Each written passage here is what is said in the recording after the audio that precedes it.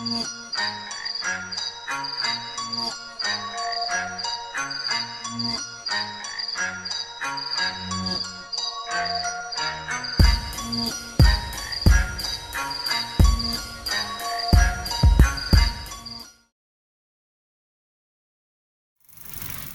up, North Carolina, and welcome back to another episode of Liberty Inc., your source for all things liberty in our great Tar Heel state. I'm Rob Yates, LPNC's Friendly Neighborhood Communications Director. Today, as always, we have another great episode for you. Continuing our potential presidential porcupine series, LP presidential candidate Chase Oliver was in the state and we caught up with him. After his You Are the Power event in South Carolina, he met with LPNC gubernatorial candidate Shannon Bray and WakeLP Chair Travis Groo for an interview with legendary North Carolina independent journalist Stephen Horn. Then he came down to Charlotte for an event at the Old Meck Brewery with LP Meck Chair Steven DiFiore and gubernatorial candidate Mike Ross, #Fire the Uniparty. Then he was kind enough to do an extended interview with Liberty Inc., including a panel of Mike Ross and LPNC 2A Issues Coordinator Justin Hinckley. Finally, as always, Dub and Groo talk sports. I know you'll love the episode, so let's jump in with Chase Oliver.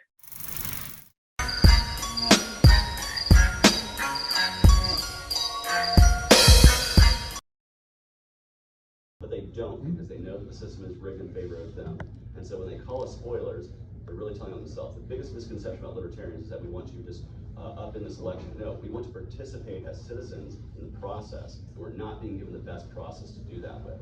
So if you want to fix it, quit calling us spoilers and demand that Democrats and Republicans give us like ranked choice voting or approval voting. So there is no spoiler effect, quote unquote. I think if you challenge them to do that, maybe we'll get that in some states. But once you challenge them, you're going to quickly see how afraid Republicans and Democrats are of a truly representative democracy out there. Okay, so ranked choice voting, first I think it's a bit of an interesting idea, but we already have currently sort of a lot of distrust in the election system. Do you think perhaps that would be increased if we have an even more complex system of recording and counting votes? I think that is what many of the opponents of ranked choice voting try to sell as like their reasoning for why we don't need it. But the truth is it's not that complicated to explain. And once we have a more diverse and representative body, whether it be a legislative body, say the North Carolina House or Senate, or nationally, people become more satisfied. Once you see states that have ranked choice voting, Maine and Alaska, when you poll their voters, they're actually more satisfied with the outcomes, despite what the Republicans want to say, because they actually have lost some elections due to ranked choice voting. But I believe we should go where the voters are satisfied, and that is a easier to vote for, more diverse body that represents them. This binary choice, it's not working for anybody, and you can look at any approval poll, and you can see that the voters just reject it outright. And so we, as libertarian candidates, need to reject it outright as well. Okay, well, I appreciate you sitting down with me. Where can people find out more about your campaign? Yeah, check out my website at votechaseoliver.com. And if you want to follow me on social media, I'm @ChaseForLiberty. I would appreciate it if you would give us a follow, check us out. And if you're in a position to help this campaign spread the word all over the country, become a donor supporter, throw some skin in the game. And together, all of us are going to work to fight the two-party system and make our world and our nation a more free one. And I hope you can join me in that effort. Okay, thank you. Thank you. It's great talking to you, man. No. Yeah, so I was everybody is like all of a sudden You got a Skim Lively call. I get those 15 times a day. You have a fancy watch. But yeah, so it only does that and then dies. Yeah, so I heard your announcement come out, running for president, and I followed your Senate campaign mostly because I'm good friends with Shane Hazel, and we follow that drama. And I've heard some names dropping in the LP party, and people who run in for candidate, and I just didn't really feel like anybody was really quite ready. But you're going after Iowa. That is a game changer for me. Why don't you tell me a little bit more about that? Oh yeah, so if you're not familiar, Iowa is a huge state in the political process. Much like South Carolina and your neighbors to the south, they are an early primary state. They have the first of the nation caucuses, and for a long time, the Iowa State Fair has been the big political event of the year. All the candidates come out, they eat fried food, they meet with the media, and they have this thing called the Iowa Soapbox run by the Des Moines Register. And since the 70s, Republicans and Democrats have sworn to the stage to be able to get that early attention, that early support, and that retail politics out there. Well, last year, Rick Stewart of the LP Iowa, he won enough of the vote to give Iowa major party status for the first time ever there. And because of that, they have been invited to participate in the Iowa caucuses. Lo and behold, that is the first requirement to get a candidate on stage. Your party has to be participating in the Iowa caucuses. So LP Iowa was very excited. They sent out to all the candidates for president, hey, we have a chance to do this. You have to meet these criteria. Part of that is fundraising. Part of that was making sure you're campaigning in Iowa and getting media in Iowa, and that was important. You have to have the apparatus for campaigning and media. Well, I decided that was a challenge I was going to go for, and so I did it. I did 2 campaign swings through the state, went to some county fairs, read out some bingo numbers, got to meet people in diners and do that retail politics that we see the Republicans and Democrats doing all the time. And because of that, the Des Moines Register has now invited me to participate on that stage, and I'm also the first Libertarian to do that, the first Libertarian presidential candidate. I'm also the first Libertarian presidential candidate to ever be part of the Iowa straw poll at that event. And so I encourage you, if you're seeing this out there and you're a Libertarian or you know Libertarians in Iowa, even if they don't support me as the primary candidate for president, go out there and drop a name in the straw poll for Chase Oliver so we can beat a bunch of Republicans and Democrats with this stuff. So we can say, Libertarian candidate for president beats Chris Christie and Marianne Williamson and whoever, and Vivek Ramaswamy, and all these people in the straw poll in Iowa. When we do that, we create national prominence for our party. We become something that's more established, and we create that confidence with the consumer. And that's something, we have to treat politics like it's a marketing business. We're selling ourselves as candidates, that's the product. And when we do stuff like the Iowa State Fair, and when we get on that soapbox stage and we participate, we're gonna be having a little more legitimate look from the consumers. They're gonna be more apt to look at the Libertarians on ballots, up and down. So I encourage you guys, it's August the 19th at 2:15 p.m. It will be streamed at the Des Moines Register website. Right now I'm trying to raise $5,000 so we can have maximum impact. We're ordering rally signs, we're making sure we have volunteers all around, we're passing out literature. We're gonna have lots of free stuff to pass out to people, so Chase Oliver for president is being branded everywhere, much like the other candidates are doing right now. And the real cool thing is, as soon as I step off that stage, the first people to talk to you is the Des Moines Register, and then there's the national media of every group out there. New York Times will have somebody out there, Washington Post will, CNN, Fox News, MSNBC. They will all have somebody on the ground at the Iowa State Fair because it's in their interest to make sure they get all those stories. So we're gonna be doing as much political spin as we can, getting out there, being noticed, and being a real legitimate campaign that looks like a real legitimate campaign. I accept nothing less than that if I'm gonna run. So I'm very excited for it. I hope you guys all are, and if you're able to support this campaign right now, your donations are going towards legitimizing our political party at the Iowa State Fair. So I appreciate you taking the time to ask me about it. Oh, excellent. Yeah, that was great. Yeah, I have a question. The Libertarian Party's been called the party of people who show up. So obviously we're going to select our presidential candidate at convention in DC. What can we do to help the Chase Oliver delegates get to convention? Well, first we have to identify those delegates. We have to talk to our members in our communities. We have to talk to our friends and say, are you excited about Chase? And if you are, we have to make sure that we're touching base with them. One of the things my campaign operation is going to be doing is a 50-state convention operation. We're going to be finding a delegate list and making sure we're touching base with each and every one of them right now. We're already in the process of doing that, by the way. Some of your names are already on my list of potential delegates, you guys, just so you know. I'm just putting it out there. But we're going to have a real operation where I'm contacting each and every one of them saying, you're coming to convention, right? You're ready to vote, right? Yeah. We're going to keep you engaged, right? You're ready to go to DC, right? And I'm hoping, if I work hard enough, I can be confident that we're going to win in the first round. If we're not winning the first round, it becomes a floor fight, which is very interesting. I'm ready to engage in that. I'm ready to go to those delegates who did not make me their first choice and make me their second choice if they have to. Because I'm somebody who I think can broadly represent this party. I'm not interested in being like one caucus or one wings of the party candidate. I want to represent all of us, broadly speaking, the best way we can. And I hope I can do that in a way that brings us new voters, new life, new energy, new enthusiasm, and hopefully elects lots of libertarians like the both of you in states all across the country. I would love to do that because once we get our bench ready to go, it's just we're moving forward from there. So there's only room for growth in the Libertarian Party, and that's the only thing I will accept if I'm our nominee is growth. I will not accept defeat. I will not accept shrinking anymore. We will not have shrinking membership. We will not have shrinking donors. I will do everything I can to bring our national party as prominent as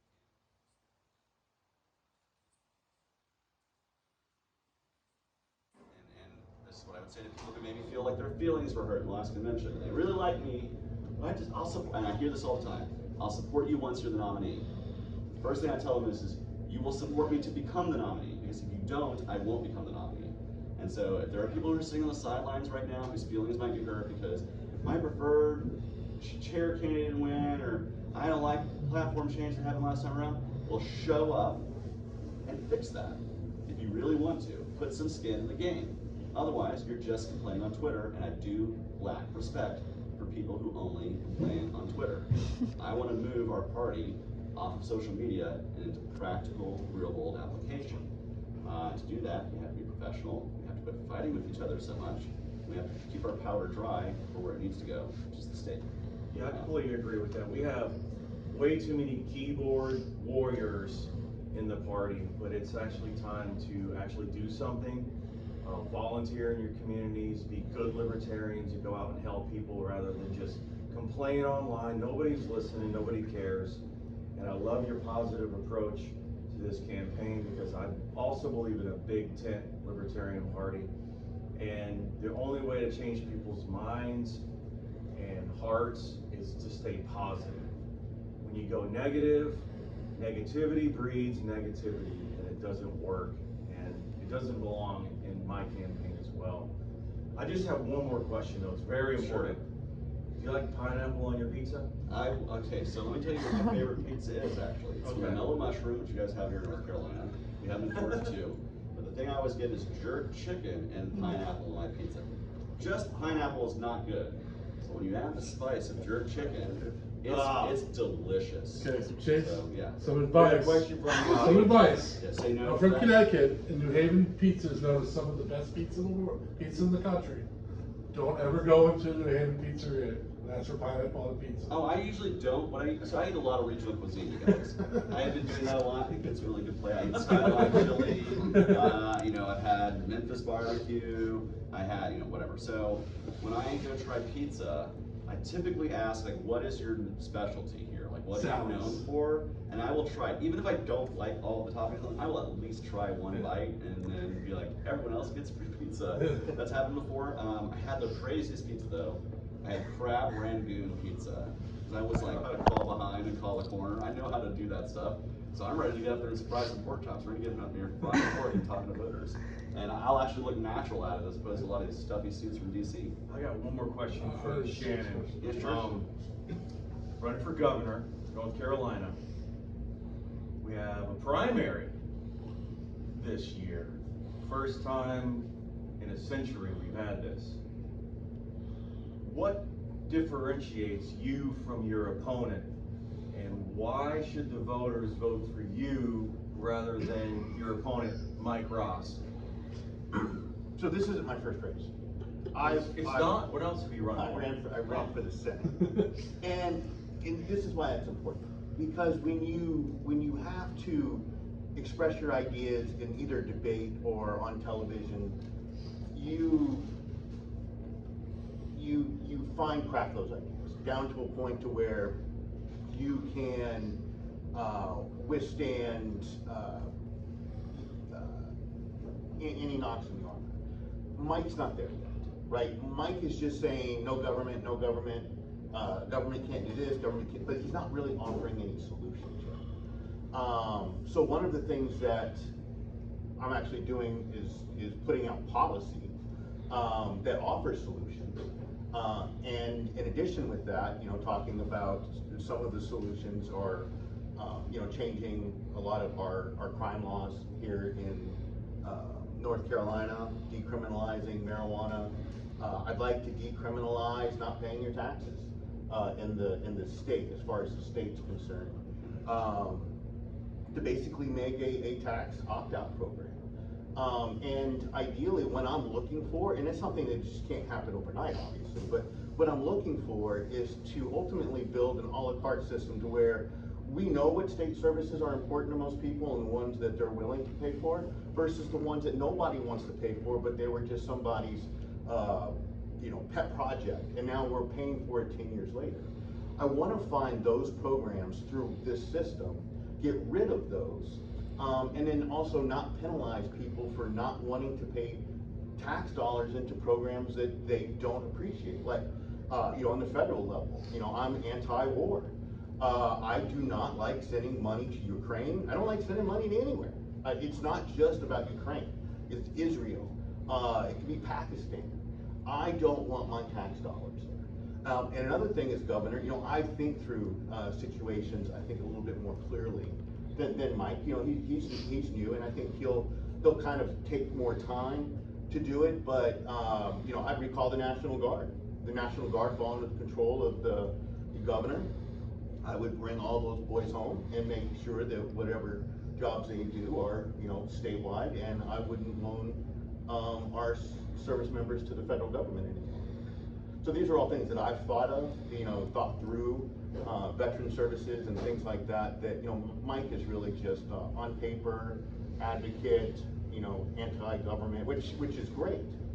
He's got an excellent voice, he's a podcaster, but I just don't think that he is going to attract the non-libertarian vote, right? And if we're only getting the libertarian vote in this primary, we failed. We both failed. Because if we're not pulling Republicans and Democrats, or not, if we're not pulling the unaffiliated, we're not growing, we're not spreading our message appropriately, and neither one of us need to advance. That's a good point. I mean, unaffiliated voters is the largest pool of voters in North Carolina now. They surpassed the Democrats recently. So the largest voting group is unaffiliated. And if you're not going after that group, you will not win. We can't just say the libertarian idea is this, and that's what we're going to do. You have to work through it. How do you get to that? Education, school choice is an excellent way to get to the libertarian model of education, right? Being able to pick, being able to let schools be in charge of their own curriculum to attract those kind of students. But we're not there yet, right? If I came in as governor and said, you know what, each school is in charge of their, it would be chaos. Yeah, see, this reminds me of, remember Adam Kokesh? He's a good friend of mine. As president, his very first thing he was going to do, part of his platform, was make one executive order to shut down the federal government. Although that sounds good and libertarians would be like, oh yeah, that's super happy and that's exactly what we want, it actually violates the non-aggression principle. Because you have at least 30% of this nation, they get their paycheck from the federal government. So now all of a sudden, you just put millions of people out of work overnight to starve to death. To me, that's a violation of the non-aggression principle. I believe in doing it gradual over the 5, 10, 15-year periods, so you don't have a huge void in people not having any money. So to me, that's a little violent. It's a good idea, but you cannot do it overnight. You cannot eliminate this stuff overnight because it harms people. And some of these people are innocent. They're there for a paycheck. They're there because they got hired. They're private contractors. They're federal. My dad worked for the federal government for the SBC, or SBA, Small Business Association, where he gave loans out for natural disaster situations to rebuild their property. His branch of the federal government. Is he a tyrant? Absolutely not. So I think the point both of you are trying to make in different ways is, and I say this all the time, a map does not just have a destination, it has the path to get there, right? You can't just talk about, well, here's where X marks the spot. You have to demonstrate the path to get to the X marks the spot. Otherwise, so you're just talking about the ideal. To get to the ideal, you have to work through practicality that involves some level of compromise. You don't compromise your principles, but sometimes when your principles hit the real world, things happen. You do have to compromise, right, to get the work done. You have to create that gradual path. Nothing happens overnight. We did not get to this level of statism overnight. We're not going to get out of it overnight. Honestly, I will even say as a candidate for president, even if I got 8 years in a supportive Congress, it'd still take me longer than 8 years to get it all done. We'd have to have a third term for a libertarian president, right? But ultimately, I think you guys are both devoted to getting change done, right? You're running on changing the community for the better, I understand you talk about real world application, having a good platform. I do think that's something candidates need. Now I'm going to say this, I have to be, I'm not endorsing either of you guys because I want to see you guys have a nice open primary, but I do wish you the best of luck, and I wish him the best of luck too. I wish you the best of luck. I do actually have to hit the road in just a minute, but I would love if any of us right here could get a quick group photo. It would be awesome.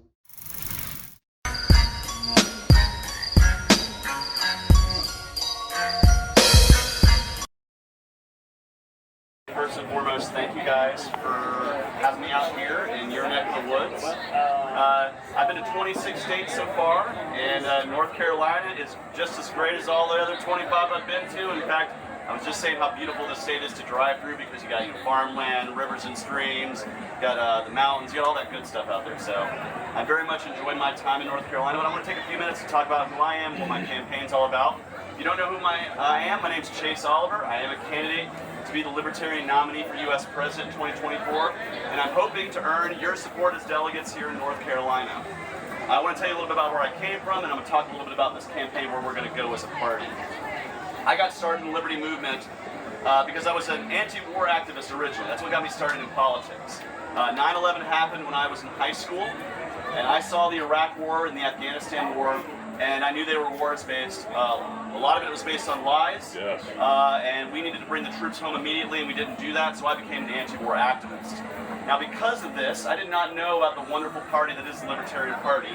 So reflexively, because George Bush was a Republican, I became a Democrat. Now, I was a gun-loving Democrat, I was a balance-the-budget Democrat, I was a fair tax Democrat. Didn't really make me the most popular Democrat in the room, but I continued to fight against the war machine.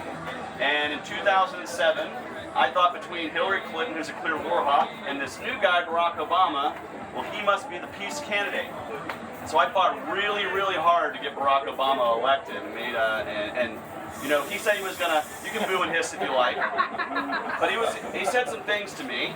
He said, we're gonna end the wars. We're gonna close Guantanamo. We're gonna meet with our enemies and talk to them. And we're going to end the drone wars. He didn't do any of that, but he still got a Nobel Peace Prize. Yeah. And so when that happened, I pieced out of the Democratic Party. I said, no more will I be supporting this war machine. I don't want the blue war machine or the red war machine in office. And so I became politically homeless. Until lo and behold, the Libertarian Party of Georgia was doing outreach at the Atlanta Pride Festival. I'm LGBT, of course. I was enjoying some time at Pride, having a drink in my hand, and John Mons, our candidate for governor that year, he literally waved me into the tent. And he talked to me a little bit about what he was talking about, and he said, you know, this is now 2010. He said, the Republican Party is not here because they actively campaign against your community and use it as a wedge politic to earn votes. The Democrats will pay you lip service, but their candidate for governor isn't here because he's scared he'll lose suburban voters if he's around the gays. He said, I'm here on principle. I don't care if I gain or lose a vote because I'm here. I'm here to tell you, libertarians support your right to be who you are in peace. And he said, what's your biggest concern? And I said, I oppose the war on terror, I oppose the war machine, I oppose all that stuff. And he said to me, welcome home. He held the tent door open for me. I walked in, and over time, I became more and more and more libertarian. But it was because somebody took the time to open up the tent, so to speak. I like to use religious language here, so that I could get in the revival tent and hear from the preacher himself. And that was John Mons. He was the guy who brought me in. So I want to keep using this metaphor here, because I want to talk about where we're going to go as a party. I want to be our nominee because I know I can be a great pastor at the pulpit at this revival for liberty. I know I can preach the gospel of liberty in a way that resonates with people who aren't hardcore libertarians yet. Because when you're at a revival, are you preaching to the choir behind you, or are you preaching out to the public and bringing them in? And that's what we need to be doing. We need to have a party that's a landing place for the overwhelming number of dissatisfied voters out there who see Republicans and Democrats as bad choices all around. We have to be a welcoming home for them. And that means giving them a message that is based on our principles, but delivered in a style that resonates and that connects. And so I'm trying to run, there's 3 ways to run a campaign. You can run as a hardcore policy wonk where you say, here, read this 300-page book on economics. It will solve all your problems. No one will read them. It will be very hard to break through. You will be ignored. You can run based on fear and hatred of the other. And that works for a short time, but it burns itself out. See the Donald Trump movement of 2016, and now it has been reduced to basically ashes in this election. He's a minority of his own base now, and getting indicted because he's done some shady stuff, allegedly. So there's the third way to run a campaign, and that's positive, aspirational, hopeful campaign. Let's not only talk about how bad the state is. Everybody knows that. We got to talk about how great liberty is, how wonderful the message of liberty is for parents out there who want to have more control over their children than the government. It's the message of liberty out there for business owners who want to be able to start a small business, jump in this free market, and start competing tomorrow instead of being jumped into a corporate-controlled, over-regulated system that makes it where they can't even compete against the big guys. We have to be delivering an aspirational message of liberty that says we don't need to have a military footprint all over the world. We need to have a marketplace footprint all over the world.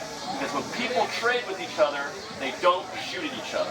And so if I'm our nominee, we'll be talking about a message of peace, prosperity, and freedom all around for each and every person. If you are not harming another person, you should be able to live your life the way you see fit, even if I don't personally like it. And that needs to be the message we deliver to each and every voter, that you own your destiny, you own your sovereignty, you own your life, not the government. And so I hope you guys can join me in this fight. I hope you can join me in this revival of the liberty gospel so that we can really break through and bring new members in. Now it's not just the pastor that does all that work. You got the deacons on the outside of the tent handing people flyers and bringing people in. Well, that's what our candidates are all over the country. Now you guys have a gubernatorial primary coming up. I got to hang out with one of the candidates. We got another candidate right here. I encourage you in this process to ask both of them lots of questions, to really dig down deep and find out who you prefer. I'm not going to give a preference here because I'm not from North Carolina. It's not my place to tell you who to vote for to be your candidate for governor. But regardless of who it is, I know they're both wonderful people, and I know this primary is actually going to bring prominence to your party. So I want to say that's awesome, that you guys are going to grow because of this. Just make sure that you guys stay respectful of one another, and that's a promise I'm going to make during this process. I'm going to be respectful of the people who I'm competing with for my nomination, because iron sharpens iron.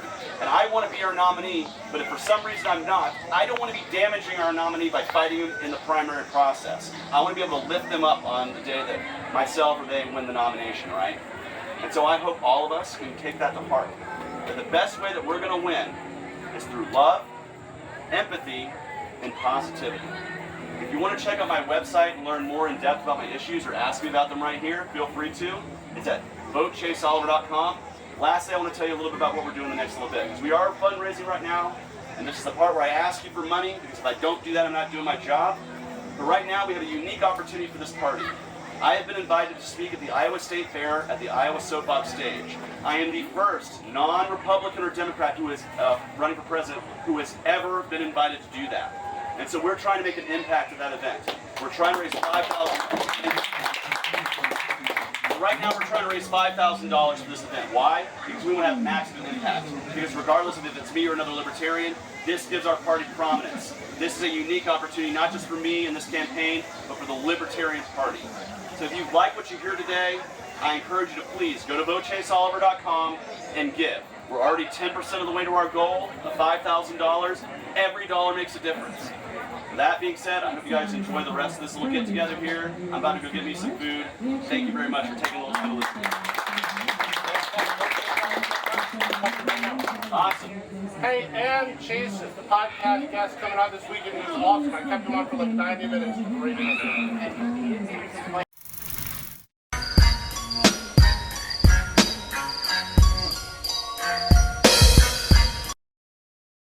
Hey, what's up, everyone? Thank you for joining for the guest portion of this episode of Liberty Inc. Again, your source for all things liberty in North Carolina. I am honored and thrilled to have really one of the people at the vanguard of the liberty movement nationally. He has been an activist for a long time, amongst the many things on his resume, he's currently leading the charge against Notorious Cop City in Atlanta. He was one of the featured guests at the presidential discussion at the North Carolina State Convention in March. And also all around someone I got to speak to for a long time there and a good dude. Thank you, Chase Oliver, for coming on. How are you doing tonight? I'm doing great. Thanks for having me. And I look forward to talking about all kinds of stuff. I can't wait. I can't wait.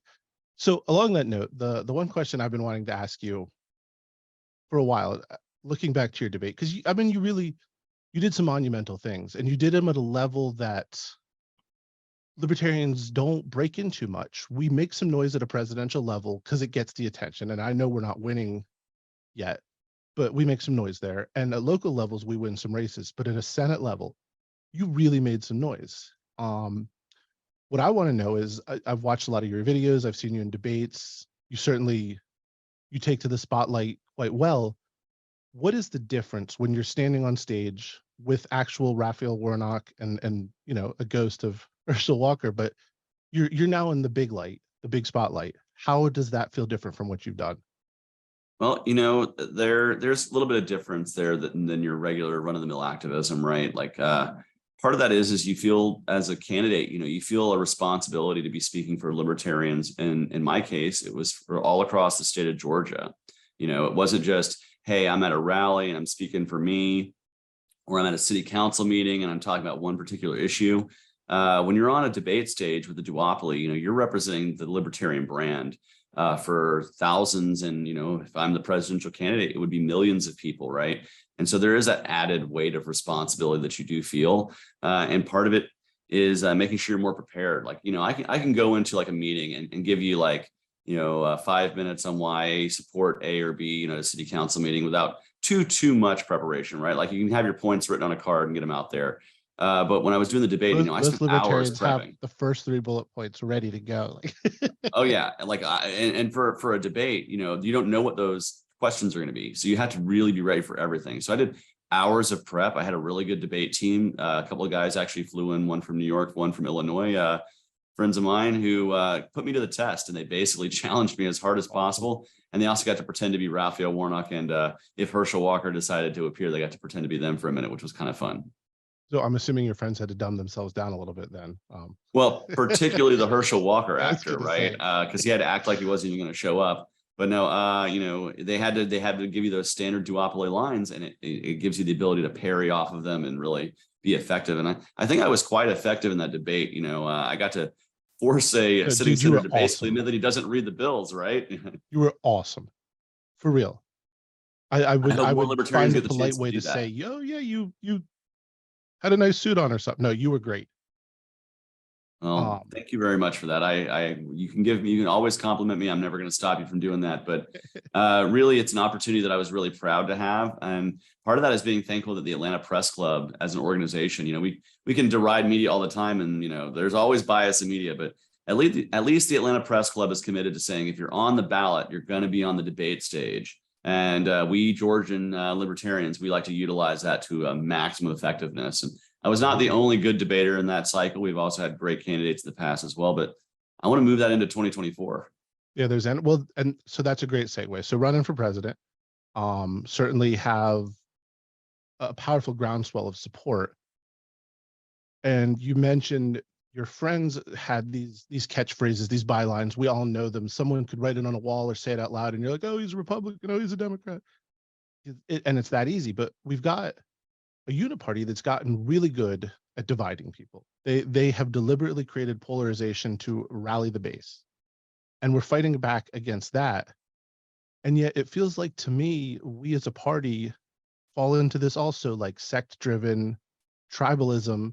And I'm not saying we shouldn't be pushing for our principles. I get that being the party of principle can make it tricky in some areas, but I have yet to meet a libertarian with whom I don't agree with 90% of their perspectives. And it's like that other 10% is going to drive us apart. So, and then social media is pouring jet fuel on the fire.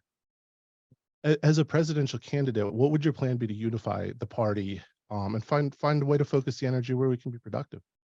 Well, here's one of the things that I think can help. First off, it's the way I'm going to be running my campaign.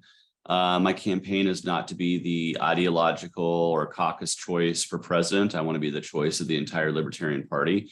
And so to that end, if you want to work on this campaign, you want to become a volunteer, you want to help out, I really don't care where you're coming from in the party. I just care that you are there to work and that you're there to help be part of a positive aspirational messaging campaign, because I think that's what is really going to break us free and really break through the static of the two parties while they're being so negative at each other. If we put something positive and aspirational in front of the voters, I think that makes a difference. So I really don't care where you're coming from the party if you want to be a part of that campaign and work. And to that end, let's say, maybe you felt like you haven't felt welcome in the party. There's been so much infighting that you felt like you've been put on the outskirts or whatever. This campaign is a national organization that you can be a part of.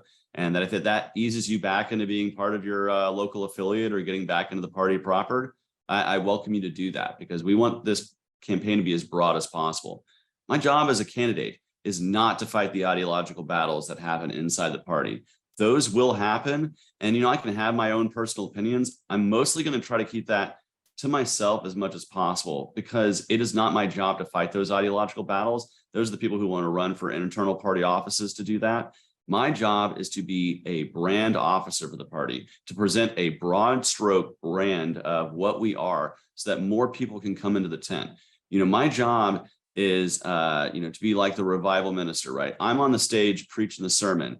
We need to open the doors of the tent so as many people can come in to hear it as possible. And so that's what I'm doing. That's the work I'm doing. Now, the side effect of that will hopefully be new life, new membership, new enthusiasm. And with that is going to come possibly new people to be in different positions in the party. But I hope when it breaks down in 2024 and we're going to have officer elections and all that good stuff, I hope what we see as a board is as diverse as our party is. I think the last couple terms, we've been very interested in like one party rule on one faction or the other.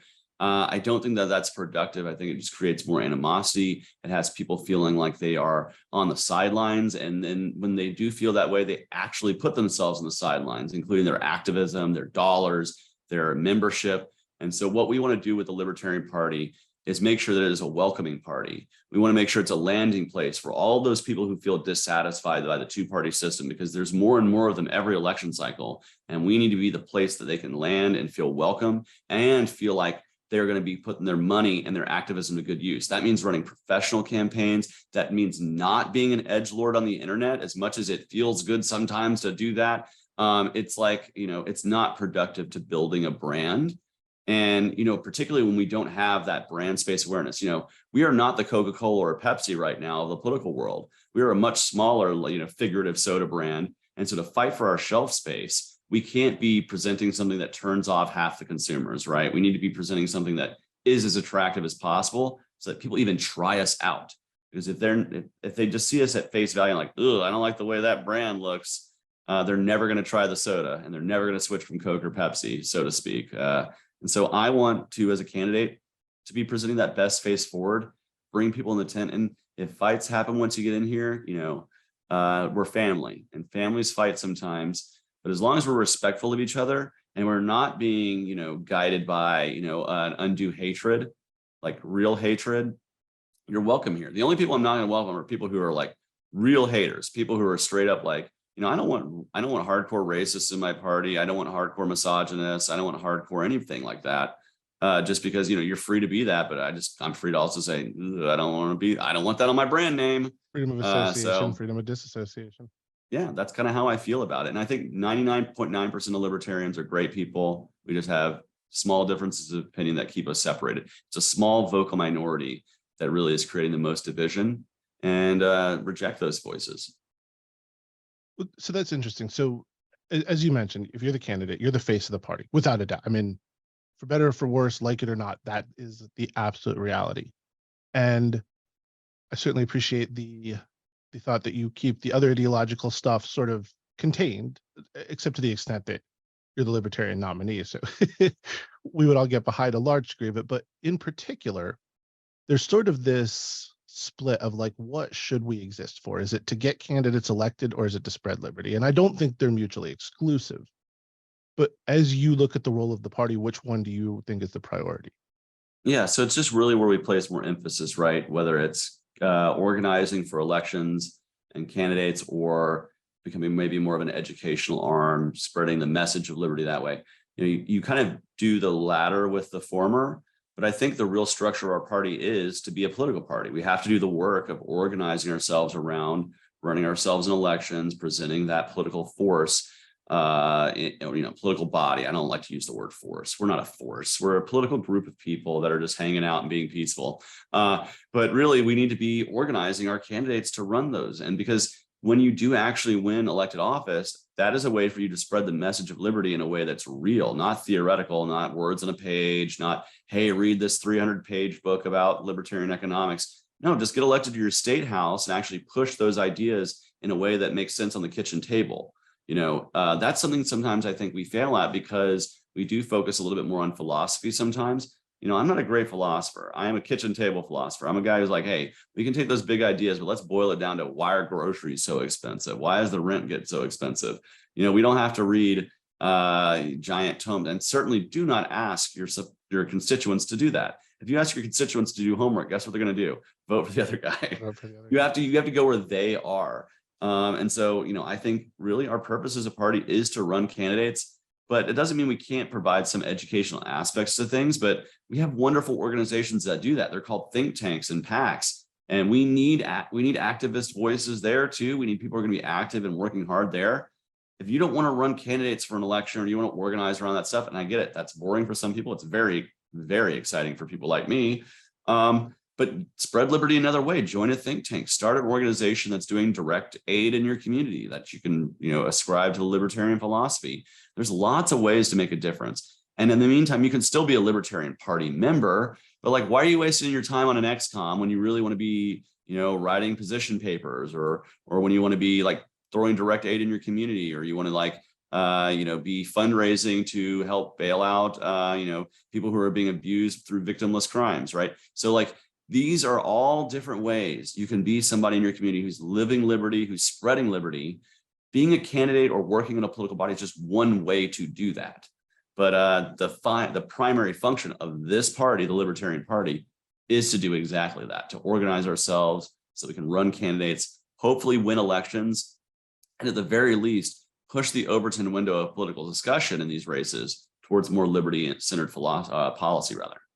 It's interesting. Larry Sharp said you have 4 components of a good political party. You have donors, volunteers, activists, and candidates. And he said, we're incredible on activists.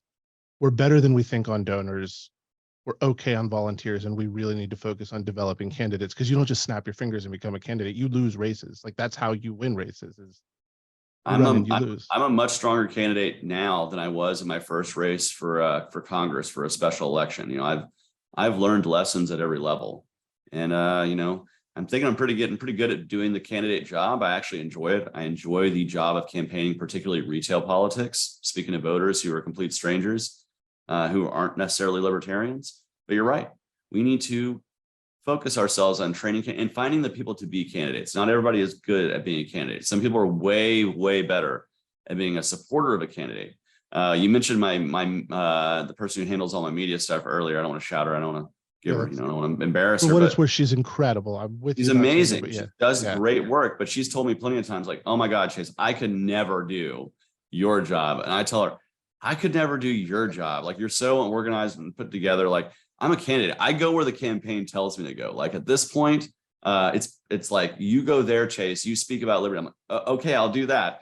And there's so much stuff that goes behind it that if I had to try to organize all that in my life, I would just be lost. And so some people make candidates, some people make great campaign folks. Some people can do both. I'm much better at the former than the latter.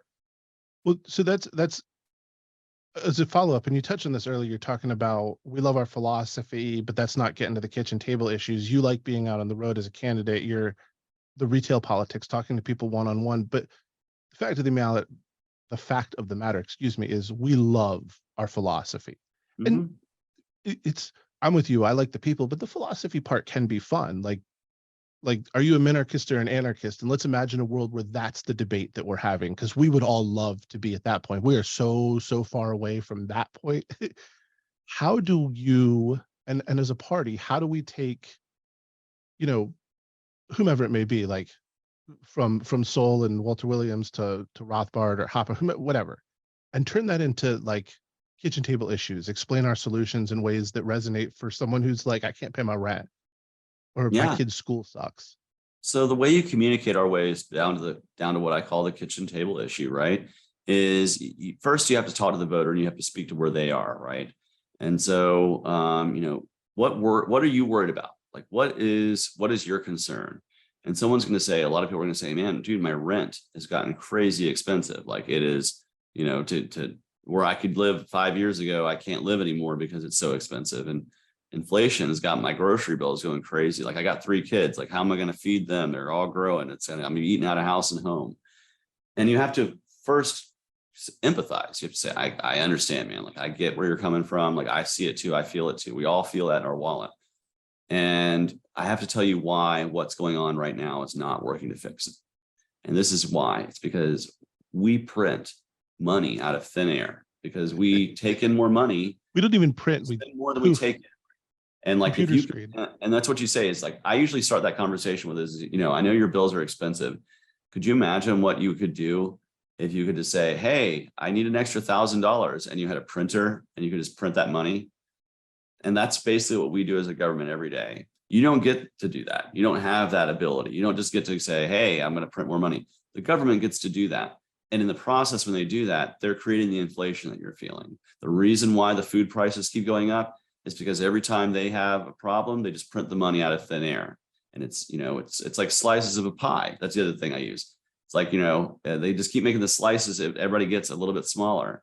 And right now we're getting like a crumb compared to what we used to. The pie doesn't get bigger. They just put more pieces. They slice it into smaller and smaller slices. And right now we have like a pie that is like the width of a human hair compared to what we used to have. That's an awesome analogy. You have to take those ideas, the big ideas, and you have to like first empathize with where they're at and then connect them to those ideas. That's how you can eventually get 15 minutes later in the conversation talking about Federal Reserve banking and how we want to eliminate it.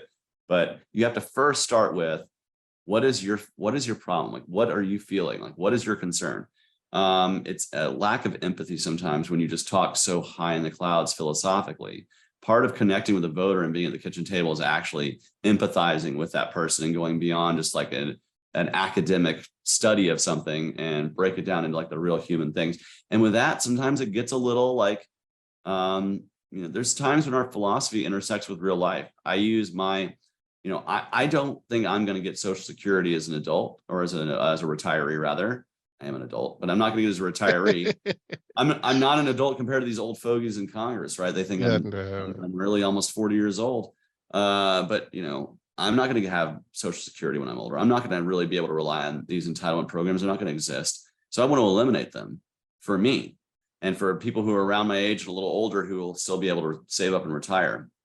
For my parents who live on a fixed income right now, I don't want to get rid of that from under them because that's going to cause a major shock to them. And frankly, I can't afford to take care of my parents right now. I can't even afford it's like we're all trying to afford our starter home still and get our businesses and stuff. So I think we do have to be realistic and say, okay, well, while the philosophy says eliminate all entitlements today, we have to provide a real transitory period. Otherwise, we're never going to get to a point where the public's going to agree with that, much less Congress. And so we have to be realistic with our approach and say, maybe it takes us a little longer to get there. And there's several steps to get there, but that's how we're going to do it. And when we do that, we create proof of concept for libertarian philosophy. The first time that we do that and we get towards more freedom, it's easier to do it again and go, let's get to more freedom again and more freedom again. And then we get to more controversial topics that right now maybe aren't being picked up by the Congress or picked up by the public. And then we can interject freedom in there. But we have to get to those major priorities first. The economy, immigration, justice, there's a few others, the environment, student loans, education, these major ones that most people care about. Once we get through those, then we can really get into libertarian weeds, man. That's second term. That's second term. Dream. We'll get that in my second term. Nice. I'm marking it on the calendar for a question next time. So I love that pie analogy. Like you say printed, we didn't even print the money. We didn't even get the value of paper entering the economy. There's like a Harry Potter episode, and $8 trillion. And an analogy, or not an analogy, but a reference I like is, so 1 million seconds is 11 days. 1 billion seconds is 32 years. 1 trillion seconds is 31,700 years. And we just dropped 8 of those into the pie. We didn't make the pie bigger. We just cut it up into that many pieces. That's what you have now for the economy. And so when we talk about, you say the duopoly, we've been trying to use the uniparty in North Carolina. What we mean is that they're the same. Like, they both love the military industrial complex and they both love the oil companies. And there's no real movement on environmentalism, anything, because they're both in the oil companies' back pockets and they both love the Fed. But you're out there, you're talking, your retail politics, talking to everyday people who vote red and blue.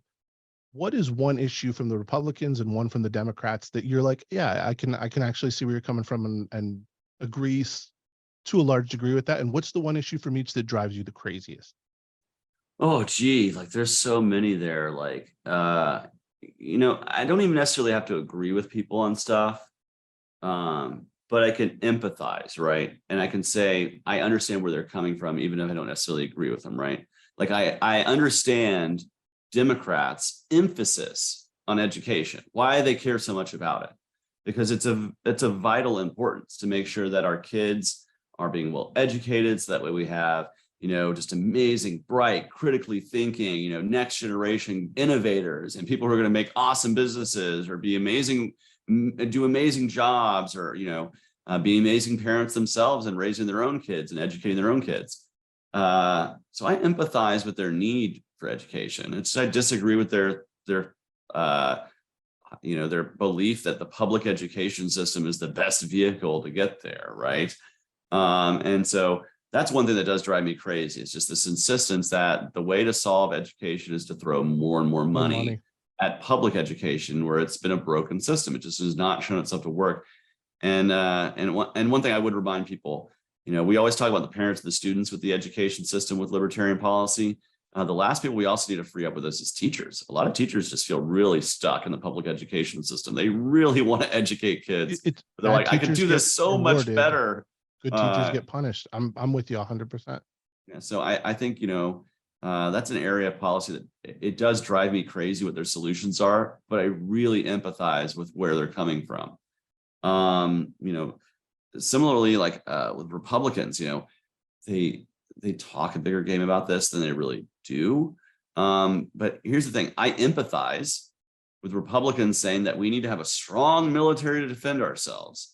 Where I disagree with them is that application, that military should be used on every continent outside of North America, right? I believe we do have a legitimate need for a military. That is a government, as a minarchist, and anarchists will disagree with me on this, but as a minarchist, I do believe having a military to protect ourselves from our sovereignty from invasion is a vital function of our government. I just don't believe that footprint needs to be in Europe, Africa, Asia, Latin America, South America, all that stuff. It just needs to be right here within our own borders. And so again, I can empathize with their position, but really their actions drive me crazy, because everything they do makes us less safe. They insist on drone bombs that create whole new scores of terrorists, because when you blow up somebody's family, they might just become radicalized against you from the hellfire you bring down. Or when there are kids who are starving in Yemen and dying. 400,000. 400,000. So when there are hundreds of thousands of people dead in Yemen because we have sold weapons to Saudi Arabia, we're exacerbating wars all over the world. We've created wars all over the world, like Iraq and Afghanistan. You know, one of the reasons why I'm such a anti-interventionist in military foreign policy is because my generation's the one that actually went and fought those wars the last 20 years. You know, I have friends that I went to high school with in Iraq. I'm with you. Yeah, I have friends who I went to school with who came back with, you know, either physical injuries or really, you know, the unseen injury of PTSD and the trauma that comes from that. You know, I have a friend who was a total wreck when he came back from his third tour. And luckily, you know, he found the strength in himself to get himself sober, which was like the first step towards helping himself. Congratulations. And now he's a family man. He's so well adjusted, but even to this day, he still has major anxiety. And major, you know, remnants of that PTSD that you wouldn't know it if you didn't know him. Like, but if you know him, you see it. You see how he's different. And like, I want to make sure we don't have another generation that suffers from that. I love that. I truly do. I'm with you because I'm a minarchist, and like, even the most hardcore anarchist, if we just had a defense force protecting our borders, I think people would. I'm willing to have that debate, let's say. How about this? I'm going to say one nice thing about the last two presidents. How about that? I can do that. Because I've always believed if it's Donald Trump, I hope that it's the funniest. He's the funniest president we've ever had. If nothing else, I mean, he was genuinely entertaining, and if he had just stayed the host of Celebrity Apprentice, I'd probably still be watching on television. But no, I'll give him two nice things. First, he signed the First Step Act, which I appreciate. It was a good, literal first step towards real justice reform. I think we need to be now working on the Second Step Act and the Third Step Act. But I appreciate him doing that. The other thing I appreciate is his right to try legislation, the ability for those who are terminally ill to be able to try experimental procedures without FDA clearance. I think that's just a good thing that supports freedom, and it just supports the right of people, particularly as an LGBTQ person who saw, early in my life, a lot of LGBT people dying of HIV/AIDS and wanting to be able to try experimental medications and being prevented by the FDA of that. You can look up some great history, by the way. If you ever want to see people really shut down the FDA, there are some good people. I think that is, something that he did well. Biden, as crappily as he did it, he ended the war in Afghanistan for the most part. We're out of there, thank God, but he did it in a really bad way, but he did it. And then the last thing is I will give him credit. Hunter Biden's a scummy dude. He is a scummy guy. He's a drug but he's addict. also an addict. And I will give it That's to tough. his dad that he has always been somebody who's like, I don't care that you're an addict. I still unconditionally love you. Yeah. That's the one, like the most human thing I've seen like from him, which is, again, he's horrible on nearly every policy. And I'm not going to agree with Biden on much. You just saw me really stretching, but I do like I heard a voicemail once of him saying, to his son, like, I don't care. I love you. I love you. Yeah, I care about you. And like, hey man, like he's a terrible politician who's full of horrible ideas, who's thrown, because of his policies, way too many people of color in jail. He's just a pretty shitty senator, pretty terrible vice president, horrible president, but at least he has an unconditional love, which a lot of parents don't for some reason for their addict kids. So there you go. I said something nice about a Republican and a Democrat. Now I want to beat them both in the next election. I love it. And respect on the addict thing. I actually, for people who don't know, my tattoos, I lost my best friend to addiction and suicide 8 years ago, and he was like a brother for 20 years. So seriously, respect for that. I empathize. But you said something very interesting. You have a friend who has overcome PTSD, and that's amazing. But I know you will be in Gastonia Sunday for something that the Libertarian Party of North Carolina has been very much on top of for the last couple of years with the Joshua Rohr, Pastor Moses situation. And Joshua was suffering from pretty severe PTSD when he was assaulted by cops. His dog ended up dying. He attempted to take his own life. I mean, it's a sad story. We've covered it in detail. I appreciate what you're doing immensely. Anything we can to get spotlight on it. Of course, you'll be there with Mike Ross of the LPNC, who has been at the vanguard of this from the beginning. And I do want to bring him and Justin on to talk to you, but I have two other quick questions, just real fast. Running for president. Okay. If you become the candidate, I will do everything I can to get you elected, but we understand the odds, right?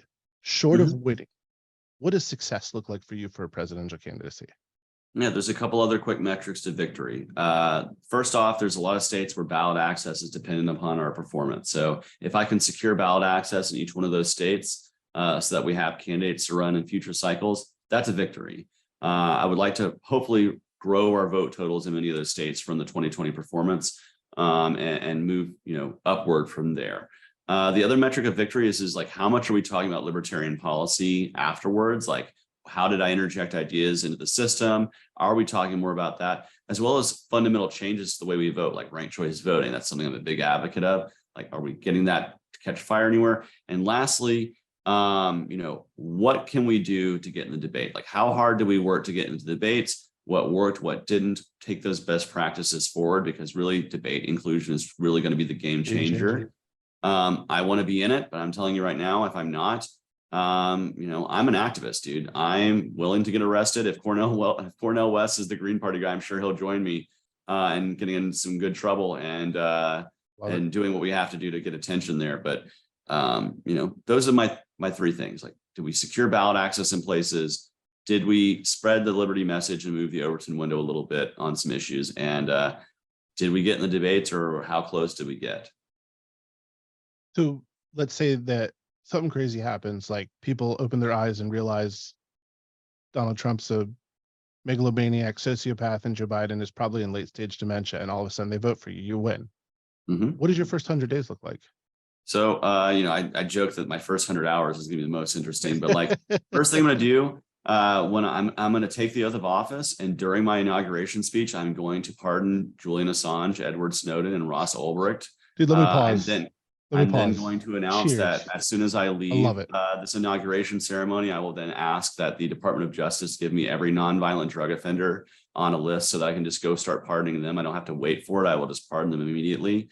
And so that's my first real hour at being commander-in-chief or being a president there. Then it goes on to commander-in-chief mode. I'm going to ask that the Joint Chiefs of Staff join me in the Oval Office. And I'm going to tell them that we're going to remove our military footprint. They need to present me a budget that's going to do that. That's also going to reduce our Pentagon budget. I'm going to have our incoming Secretary of Defense, hopefully, will be helping me with that drafted budget that's going to reduce our Pentagon footprint as well. But once I do have a cabinet, this will be in the first 100 days. I'm going to have a full cabinet meeting. I'm going to tell each of them that they have to cut their departments down to where we're actually having negative growth. So we're going to get ourselves down to at least in the first budget to fiscal 2019 spending, which is pre-pandemic spending. Right now, our revenues are actually greater than the spending was in 2019. So if we can maintain current revenues, we're actually we're having no deficit there. We've balanced the budget. We're actually starting to pay things down. I will then tell those department heads that every year after year, they have to present to me a 2% cut in the budget. Not a 2% cut in growth, an actual real 2% cut or more. And the higher you get, the I don't know what kind of I don't know how we're going to be able to rank that or figure that out. But the more you give me to cut, the more areas that we're going to be able to focus on other things. So I want to cut everything. So that first 100 days is going to be me presenting a budget to Congress that's going to be radically different than any budget that's ever been presented before, and challenging them and telling Congress, if you don't give me a budget that looks something like this, that is balanced and on its way to reducing the debt over time, I will veto it. And I will veto it until you shut the government down, and I'll keep the government shut down, because every day you guys are shut down, you're saving the taxpayer money. And so I will call the bluff. And so my first 100 days are going to be very, very interesting, because we're going to have a huge scale back of where our military is overseas. And at home, we're going to start a domestic agenda that actually gets our government where it's spending less than it's taking in. And that's the real change we can expect from a libertarian in office. And it's going to require being an adult in the room. It's going to require some compromise, frankly. And that first budget getting you down to 2019, that sounds like a major cut to a lot of people. To me, it just sounds like me compromising and not getting quite as many cuts as I'd really like. But let's get us on that path, right? Let's show them that. Just think about that. If we can get our budget back to where it was just 4 years ago, 3 years ago, fiscal year 2019, before this pandemic spending, I mean, that doesn't seem unreasonable. And that means if we do it with current revenues, the budget is balanced. So it's not that hard. People make it seem like it's unattainable to do that kind of stuff. Let's make it real world. Let's make it happen. But first and foremost, lots of pardons. And I can't wait to say it right there in the microphone while millions of people are watching. It's your inaugural Edward speech. Snowden, It's beautiful. you are pardoned. Julian Assange, you are pardoned. Ross Ulbricht, you are pardoned. Let him out of the jail cell right now. I will have it, That's amazing. I can't wait for it. And I can't wait to, because hopefully he gets pardoned before I am inaugurated, right? I would love Ross to get out of jail before I'm inaugurated, but if I'm not, Lynn Ulbricht will be standing on stage right next to me as I let her son out of jail. That's amazing. I love to hear it. I'm with you. I'm not a pragmatist because there's too much compromise, I think, but I am an incrementalist. It took time to get here. We got to claw back. I would love to follow up with you on how you plan to do that, but if it's cool with you, hang out for a couple minutes, and then I'm going to bring Justin and Mike on and keep talking. In the meantime, if you are listening, support your local libertarians. You're about to see they're not advertisements. We're not getting paid for this, but these are people with real businesses with really good products. Go buy their stuff. If you've been watching the last 10 episodes, I guess we had a few on there. I've added a couple this time. So buy your meat, get the books, get a tattoo. We're going to put it all on there. Thank you very much. We will be right back with Chase.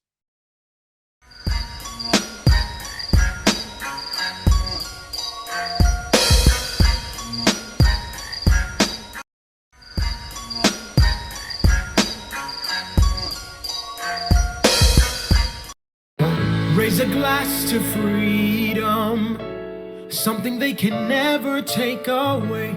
No Okay, everyone, I hope you took close note of all those libertarian businesses and hit pause on this recording to go purchase from them and then immediately came back to jump into the second part of our interview. I'm stoked to bring on first Mike Ross, LPNC Treasurer, North Carolina gubernatorial candidate, firetheuniparty.com, and also Gastonia, Charlotte activist. Certainly you've seen Mike in a lot of the news we put out lately. And then anyone who reads the newsletter or follows the podcast knows Justin Hinckley quite well, our Second Amendment Issues Coordinator, our gun safety guru, and a regular contributor. I highly recommend reading his monthly column. So thank you both for being here. Thanks for having us. We were just talking about what your first 100 days would look like, Chase. And I wanted to follow up because you made an interesting point. You said, I would put the budget in front of them, and if they don't go along with it and they put other bills, I'm just going to veto them. But when we talk about the state versus the government, the state to me means the entire government and its apparatus, its information distribution channels, which is a sort of fancy way of essentially saying the bought and paid for news, the bureaucratic and administrative layers. And there are a lot of people whose livelihood depends on this now, for better or for worse. So you're facing a tidal wave coming against you to stop you from doing this. How do you deal with that? You know, and no one said it was going to be easy, right? It's going to be a huge challenge to go from a growing state, growing government kind of model to a reducing the state, reducing the government model. There's going to be hurt. First off, there's going to be a lot less government employees. I have to fire a lot of people, right? And it sounds really bad, like, oh my God, you're firing so many people. Well, I'm sure they're talented. I'm sure they can find other areas to make money. It just doesn't need to be at the expense of us and our taxes, right? So the first way to start battling the administrative state is to reduce it through just straight up directing people to be fired and asking for resignations and not refilling a lot of those posts. That's the first way you can do it as the chief executive, is to reduce your executive state. Secondly, you have to actually be willing to get in a room with Republicans and Democrats and do what you can. Like, there's going to be areas where they are going to try to fight you tooth and nail every step of the way. And you have to find those individual allies that can help you on individual issues. Like, for instance, if you're talking more about immigration issues, you're probably going to find more allies on the left side of the aisle than the right these days, right? But if you're looking for somebody, say, to stand up against red flag laws, I mean, you're going to get some Republicans. It's not going to help you. But for the most part, Republicans are going to help you, or at least say they're going to help you on those kinds of issues, right? And so, you have to be finding those allies in the room, and you have to be willing to do a little bit of horse trading to say, hey, Democrats, if you don't want me to take up this bill that the Republicans are happy to do, you better start taking up this bill, and you present that to the Republicans. Really, if you're the president, you have a huge bargaining position to say, okay, like, what area do you want the bully pulpit to focus on you today? Should I focus on you with a nice glowing review of how great people are working, or do I need to go at you tooth and nail about how you're doing everything you can to prevent the American people from having more freedom in their lives? What kind of Chase do you want today? Because honestly, I prefer being the former guy, the nice guy, the guy that works along and does this work. But if I need to be the hard Chase and the Chase that tells the hard truths, I'm going to do that too. But yeah, it's not easy, right? Like, the administrative state is massive, but ways you do that is to reduce the state over time through literally being the guy doing what Donald Trump says he liked to do so much, which was firing people. He never fired the swamp, right? You have to be willing to do that. And you do have to be willing to work with those people in the room. Sometimes that means being the adult in the room, saying, okay, kids, stop fighting with each other. Let's get down to the table and let's get to work. I think the biggest issue for that is immigration. We actually had a working, back in my day, I hate to say that, but back in the day, in like 2006, they had a really good working group on immigration from Democrats and Republicans to like simplify the process. It's not perfect by any means, certainly not what I would call libertarian policy, but it got blown up because polarization, and the far right wing of the party kind of blew it up, and basically was like, anybody who's in the Republicans who's talking about letting anybody in is un-American, and it spoiled it. And so as somebody, I'm going to be trying to provide as much cover to those folks in the Republican and Democratic parties who actually want to get things done. I'll be, you see the meme of like the guy in like the army uniform who's protecting the children from all the things that are falling on him. I will be that to the political capital and the political flack you're going to take if you're willing to do the work. Like the president is the biggest target out there. You're an individual congressman from whatever district. Help me out and I will sit there and I will take the slings and arrows if it means getting libertarian policy done. Like I have no problem. Like, make all the memes, make all the insults, like say all these you want about me. My ego is fine. I can take it. Republicans are funny on immigration when you think about it, right? Like they're out there just openly just calling everything communism and saying how they hate communism. You'd think they'd want some people to come in who have experienced communism and also hate communism. So in the future, they could fight back against communism because they would have brought in a bunch of people who hate communism. But, I guess, it's pretty common for the uniparty to vote against things they claim to want. So you make a great point. Like some of the most proud patriots are people who immigrated here from communist dictatorships. Cuba, there's a YouTube channel of it's a couple. It's a woman who's married to a Cuban immigrant, and like he got famous because his first video is like him walking into a Walmart for the first time, and he literally breaks down crying because he's like, I can't believe all this is available and we have nothing where we come from. He went to a Bass Pro Shop for the first time. I was like amazed that there's all these, all this stuff, and the firearms is like you can just buy these. You don't have to get a government license. Like the way it is, in Cuba, you have to go through major licensure. You basically have to be a soldier to get a gun there. So, they're inspiring to see. Yeah, Republicans are dumb with that. Didn't Yeltsin come on a U.S. tour when Khrushchev was president and see the stock shelves and like couldn't believe what he was seeing? Like that's what made Boris Yeltsin a semi-capitalist. Well, that, and I don't know a lot about Boris Yeltsin other than the fact that I know he was notoriously wasted on vodka every time it was in the United States. You know what? But you know what? No one's going to fault him for that. I probably would be too if I were Boris Yeltsin. Yeah, that's fair. Well, okay, so you actually really interesting point here, and Mike, you jumped in on it because you're talking about immigration and sort of the Republican hypocrisy on. Because I'm always like, Republicans say they're the small government party, and it's like, no, you like your version of government, but. Chase, running for president, the biggest top-down platform there is. Mike, you're running for governor. Everyone, again, firetheuniparty.com. You can see Mike's primary planks. But Chase, you're talking about retail politics, talking to the day-to-day voter. You got to connect. So Justin, you're a libertarian. You're a day-to-day voter in this context. What are your top 3 issues? Well, I think perhaps my biggest issue is it's not really a political issue. And I think that's part of the reason I'm libertarian. My biggest issue is the erosion of personal responsibility in this country. No one, and this I think triggers a lot of libertarians, but no one seems to feel a sense of duty anymore.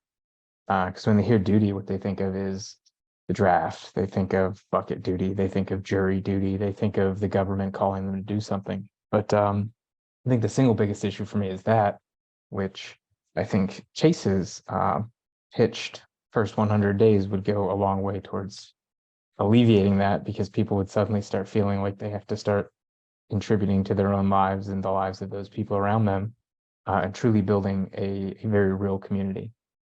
And then from there, I think it's pretty obvious. My biggest single political issue is the Second Amendment and gun rights, of which libertarians seem to be head and shoulders above everyone else, especially the Republicans. I wore this shirt just for you two today. Save dogs, abolish the ATF. The ATF, sorry, I didn't mean to interrupt. I saw it up there, knew you two were on it, and put it on just for you. So, I love it. So to speak to both your points there, Justin, first, I do believe in kind of instilling that sense of duty, community pride. One of the things that LP Atlanta always did when I was chair and vice chair there is we have a local adopted park. We would take care of it. We'd come out and clean it a couple times a month, clean up the garbage there. And part of that is we're taking responsibility where the government really wasn't. They were ignoring that green space for 2 reasons. One, we want our kids in the neighborhood to not be stepping in glass or other things when they're playing on the playground. We want we want the park to be safe for everyone to use. Secondly, when you don't have blighted green spaces in your community, your property values stay high. And so there's not only the self-interest motive for our property values, but also just to be wanting to raise, our kids in an area that has places for them to go play in, right? So that's something that I think is central to like the kind of libertarian philosophy, maybe not policy, as you said, but when it comes to Second Amendment, I love my guns. I love the ability to defend myself. I have a couple myself. But I'm also somebody who understands why we have guns. We have guns for two main functions. One is for our own self-defense, to defend ourselves from harm or any kind of violence being brought against us. I know that viscerally as somebody who used to work at a bar that would be closing at 2:30 in the morning. I'd be walking 2:30 to 3 o'clock in the morning through the streets of Atlanta to go 3 or 4 blocks to my car with a couple $100 worth of tips in my pocket. And a pretty easy target. I'm not the biggest guy in the world, so I'm happy that I had a gun with me to keep me safe. And then the second reason is to keep a check on tyranny. The truth is that the reason why you can't have, say, the policies that you get in China or in any other place, say, even related to lockdowns, like where they were literally locking people in their homes and putting up barriers for people to leave. Well, the reason why you can't do that unchecked in this country is because we have about 400 million guns in the hands of about 300 million Americans. So I think that's a true check against tyranny. It's a true check against the worst impulses of government. As bad as we have it here, we'd be certainly worse if we were disarmed as a people. So that's why I stand against any kind of gun control. I stand solidly against any kind of semi-automatic ban, particularly against so-called assault weapons, which is just a way to say scary black rifles in government parlance. That's true. I oppose things like red flag laws, which take due process out of the hands. I mean, there's legitimate reasons sometimes to have to disarm people. And if you need that, go get a warrant and do it the proper way. Don't go through extrajudicial route of doing a red flag law where the police can just determine that this person's dangerous and just take their guns away. You have to go through some sort of due process, legal process for that. And lastly, I'm against any kind of bans on things like pistol bracing for a rifle that makes it easier for diminutive people. I'm a small guy, like I said, makes it easier for me to shoot a rifle, makes it easier for the average housewife to be able to shoot a rifle and protect herself and her family. And then suppressors. I would be in support of having suppressors more often because it's not a silencer. It's not silencing the gun. It's just making it where it's not giving you ear-splitting tinnitus over time.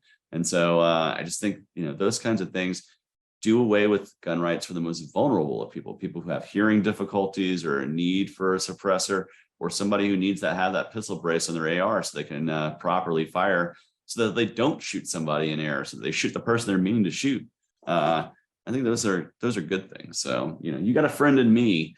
Those are your top concerns, and I'll be happy to be able to defend them. And like I said in my debate, I'm an LGBTQ person. Armed gays are harder to bash. Gay bashers beware. At the state level, as a governor candidate, Justin, I think that those two things are largely kind of tied together. And I get that you can't really legislate personal responsibility. But one reason I really like libertarians is, in general, we're thinking less about what we want the government to do and thinking a lot more about like what we want the government to stop doing or get out of.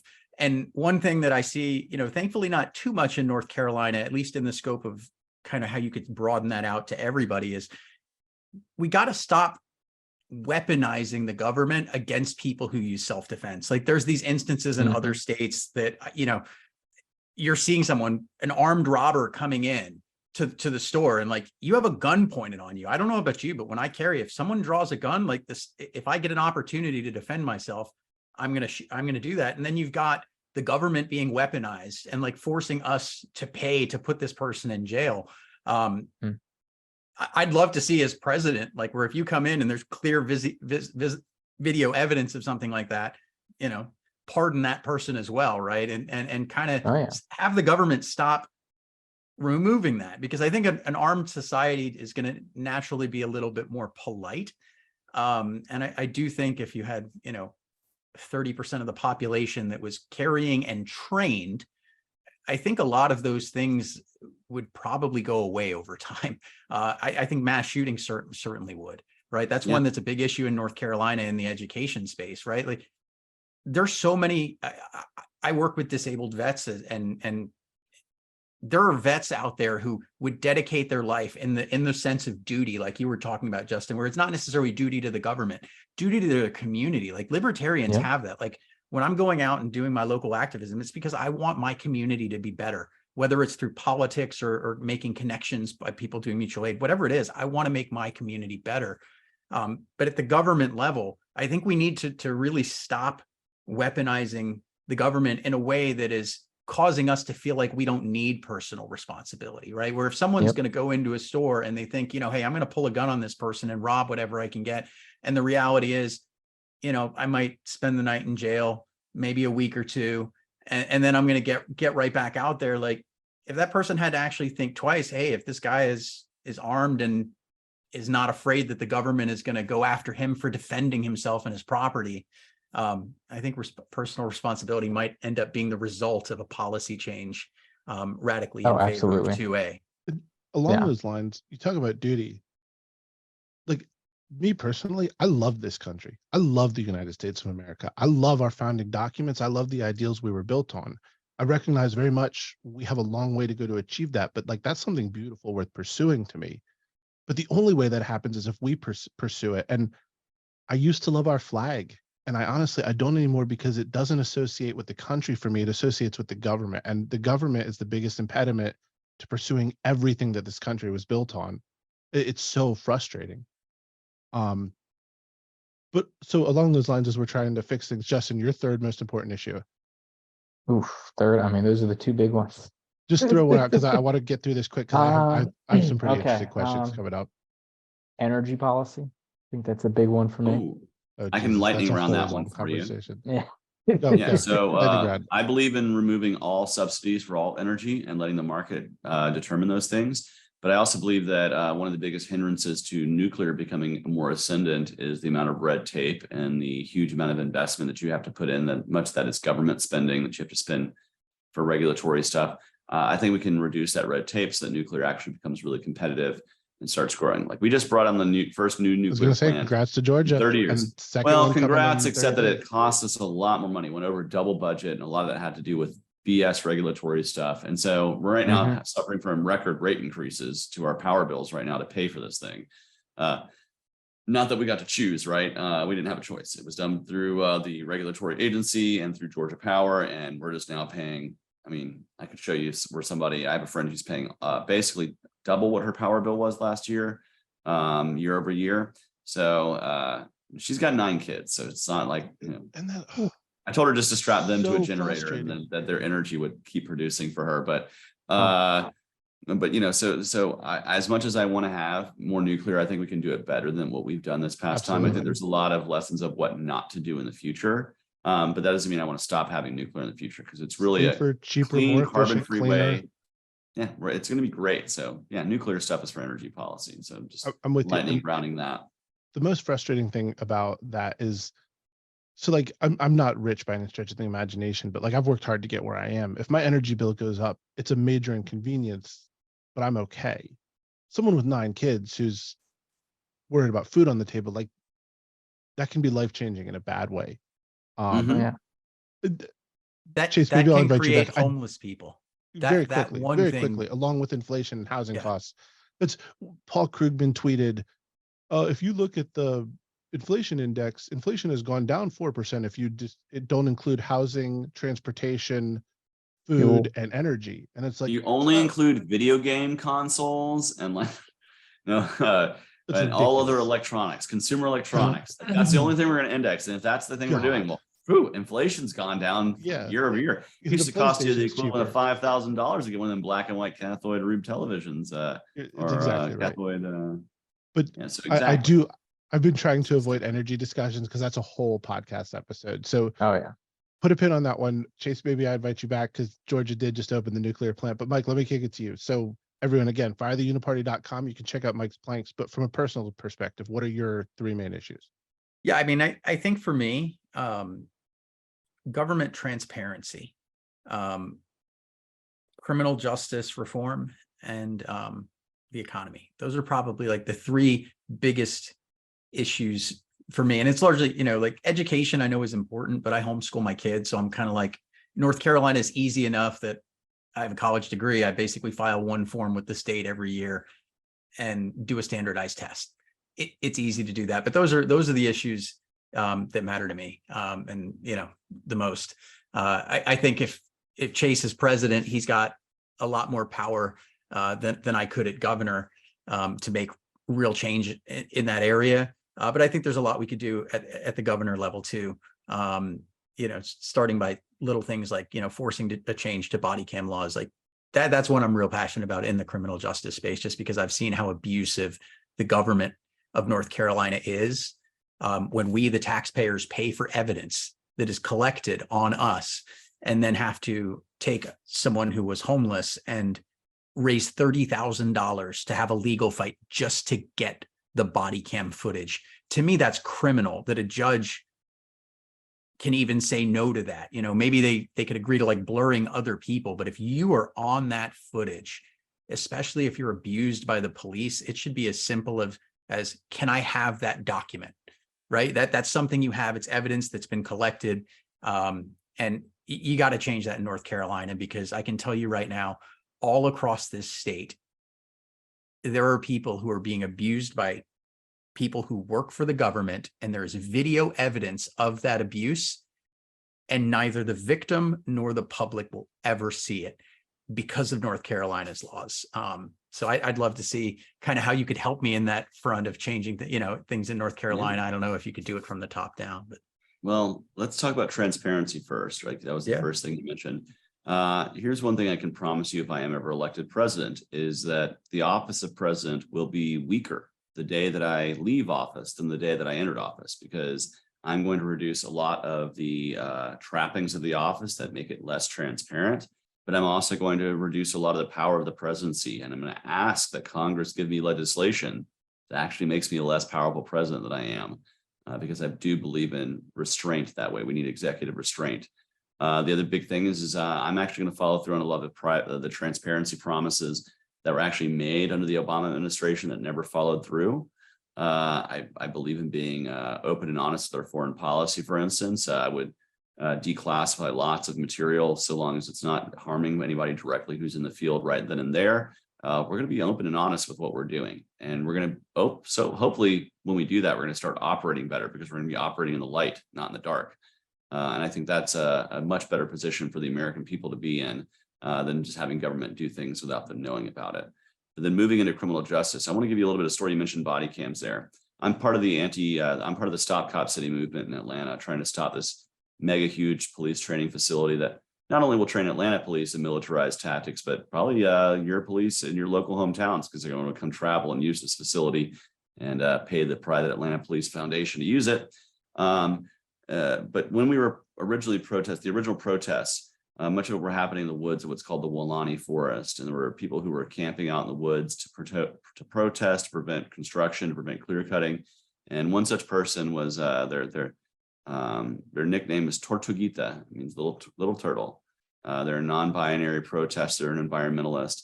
And they were shot, they had 57 entry and exit wounds in them from the police when they claimed that they were holding a gun, but the private autopsy the family ordered showed that if they were holding a gun, there would have been no way for them to be shot through the hands the way they were, because there would have been a gun in the way. And there was also no firearm residue, like powder residue on the hand. So they didn't fire the gun either. And so this person was killed by a member of the Georgia State Patrol. That's who committed the act there. And well, lo and behold, they don't have body cams, because they say, well, we're the Georgia State Patrol, we're highway patrol, like we have our car dash cams. That's all we need. 1 out of every 3 shootings that's involving that department happens outside of the view of the dash cam. And so to me, there's an immediate need for body cams there. We would know what happened to Tortuguita the day they were killed. We would have seen video evidence, but because of this, we don't. And so it's something that is very important to me in terms of transparency, in terms of justice reform, that people's lives do depend on whether that they're being filmed or not. There's also people who have been shown when body cams happen, the police think they turn them off, and then they actually accidentally film themselves planting evidence. This has happened more than once in more than one department. So to me, it's a systemic issue that needs to be looked at. But really, justice is something that we need to be looking at from every step, every interaction people have with our law enforcement or justice apparatuses in this country need reform. That means from your first interaction that you have with the police, say to your arraignment in court, and the fact that you can whether we have cash bail, the system that we have in a lot of places currently. Like, I don't really support the cash bail model because it makes two-tiered justice. It also encourages people to plea out so they can get out of jail. That's also why I oppose when you get that first interaction with the courtroom. I oppose mandatory minimums because they encourage people to take pleas of things that they didn't do, because otherwise they're scared of getting 25 or 30 years in jail from the mandatory minimum. It also ties the hands of judges to judge on what is it?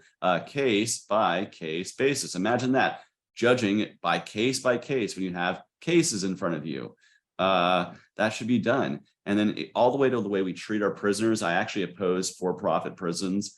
Again, I'm a minarchist. I think actually law enforcement and jails are one of the few essential functions of government. And when you create a profit motive around prison, you actually create a lobbying effort to create more crimes, to throw more people in jail. So I oppose that kind of privatization and that kind of commodity, making prisoners into a commodity to be used and traded by firms for profit.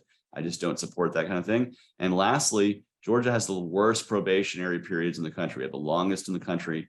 It's far too long. It's one of the reasons why we have more people currently in the justice system than any other state per capita. It's because so many of them are on post-release. And so I would look into shorten those across the board too. But really at every interaction, people need to have more strength against government. And then of course, there's the big one. That's ending qualified immunity, so that way we can seek civil restitution when the police do us wrong, when they do shoot your dog, right? You should be able to sue them, and a jury should be able to say, man, if they shot my dog, I'd be pissed. Give that guy $1 million and hurt that, hurt him. Didn't, and not to interrupt, but Mike, didn't you say there was a cop that got away with shooting somebody in the knee with a shotgun because he said, "Oh, I didn't know that was violating his civil rights"? Yeah, I don't know was that a while ago. case, but you do. Yeah, do you know the case Mike he's talking about? I don't remember the name of the case, but it was pretty wild. I'll look it up. It'll be on the screen when you're watching. The excuses that they do in court, and that's a big issue that we have in North Carolina too in the justice system, right? They just changed it in the Gaston County Courthouse, where we had rallies 9 times last year.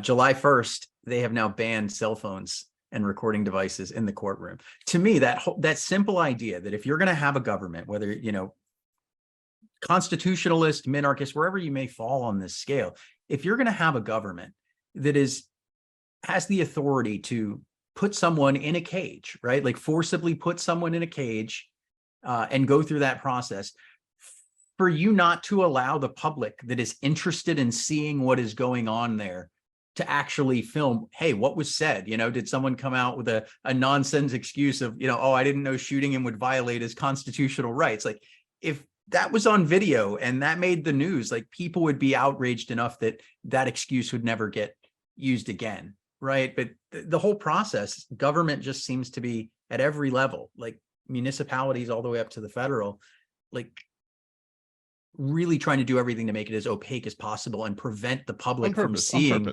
their their misdeeds, like they do with the wars and everything else. But it's troubling to me to see it happening more and more at the local level, and that's where I really think, as a governor candidate, I'm also running a town council race that I'm the campaign manager on, because that's where I think that libertarians not only can win tangibly, but fight back against this, like going in and looking at the way they're getting these federal grants and, they're ignoring your roads. Like, that's happening across this country in every single small town, in every single city. You've got local governments that are doing pet projects because they go to the federal government for grants and basic infrastructure, the things that we all kind of agree that, hey, government should do that. If government's there, it should, take care of the roads. Yeah, here in Georgia, I've done events in like small towns, like real small towns. And when I talk to the folks there, they're like, man, we don't want to speak too loudly. We don't want to be too loud about this stuff, because if the cops get wind of us, they're going to make our lives hell. They're the law around here. It's the sheriff and his deputies. And if the sheriff doesn't like you, you get pulled over every time you drive down the road. You get dragged out of your car. You're the one who gets into trouble. Just mysteriously all the time, you're the one who just happens to be pulled over or happens to be having those interactions. And so they were really scared. They were very scared of what could happen if we start talking about justice reform issues too loudly, where maybe a family member of a police officer could hear it, or one of the sheriff's deputies who's out of uniform or might hear it. And so they were speaking in hushed tones, which is like, it's really visceral. It makes you feel like, wow, like this is real. it's a police state out here, man. And so we got to make sure that we break up these little good old boy, and it's like a good old boy network, right?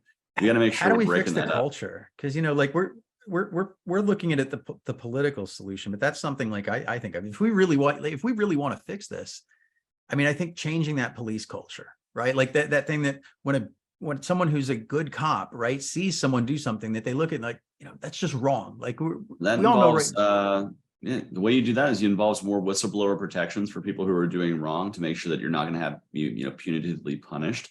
Another part of that you can insist on is a liability insurance for officers, because that actually doesn't require a good cop to do anything. It just requires a bad cop to be a bad cop too many times, and he's uninsurable, and then he just can't get a job. And so even, you have to say, sorry, buddy, like you're uninsurable to this department because you've screwed up X, Y, and Z in these other places. So there's one great way to change the culture is by requiring liability insurance, because it's going to get the worst officers just off of the beat and no longer in the system. Again, increasing whistleblower protections for those who want to speak out against abuses that they see, I think is something that we need to strengthen in departments across the country. Not every police department has really, really strong whistleblower protections at the state level. Might be something you guys want to look at the North Carolina, for the North Carolina State Police, as the governor, you'd be in charge of that department.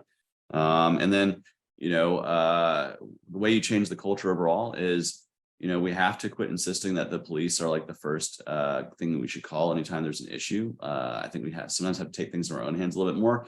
And then lastly, when you see like these issues where there's like a police state abuse, you do have to remember we are a well-armed populace, and it is like the movie A Bug's Life, right? When all the ants realize that they outnumber the grasshoppers like 1,000 to 1, and they all stand up at once, and it scares the crap out of the grasshoppers. Difference happens immediately.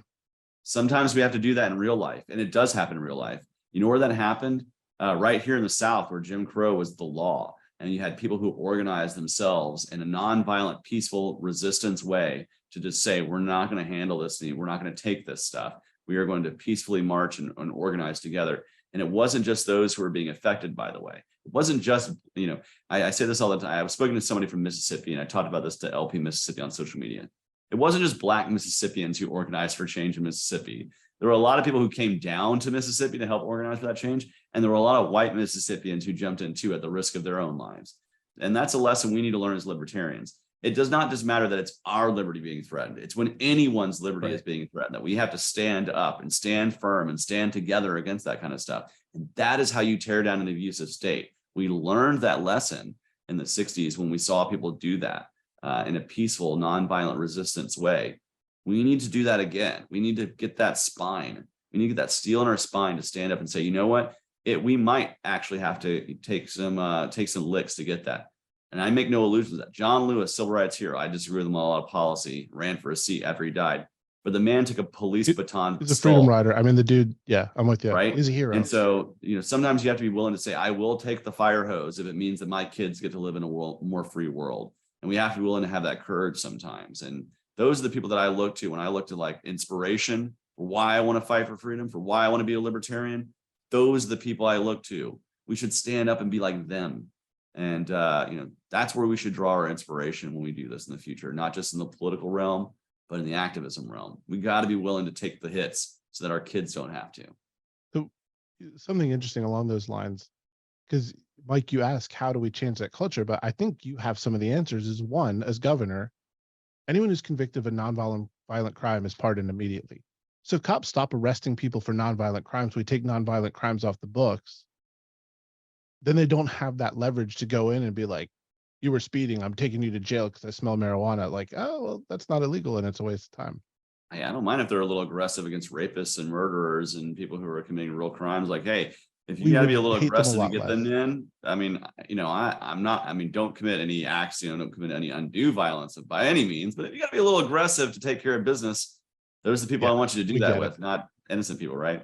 But so we've talked a whole lot. We've talked running for president, we've talked strategy, we've talked policy. I want to switch to party, but I want to do I got two questions that I love asking, and you reminded me of one of them. So the first one for everyone, what is your least libertarian position and why? Because mine is private prisons I cannot, you're incentivizing companies to put people in jail. I'm 100% anti-private prison. Oh, my least libertarian position. geez, like I'm gonna have to think of a funny one. Honestly, no. I mean, I try to think about it sometimes where, maybe not. I don't know. I'm trying to think of like what's a good one for me. Like, I will, God, geez, because like I hate all of them. Like I'm like, what are some big issues? I'm like, I hate the draft. I hate the military industrial complex. The only You're one really for me gonna is have to private give me a prisons. couple minutes and I'll think of one.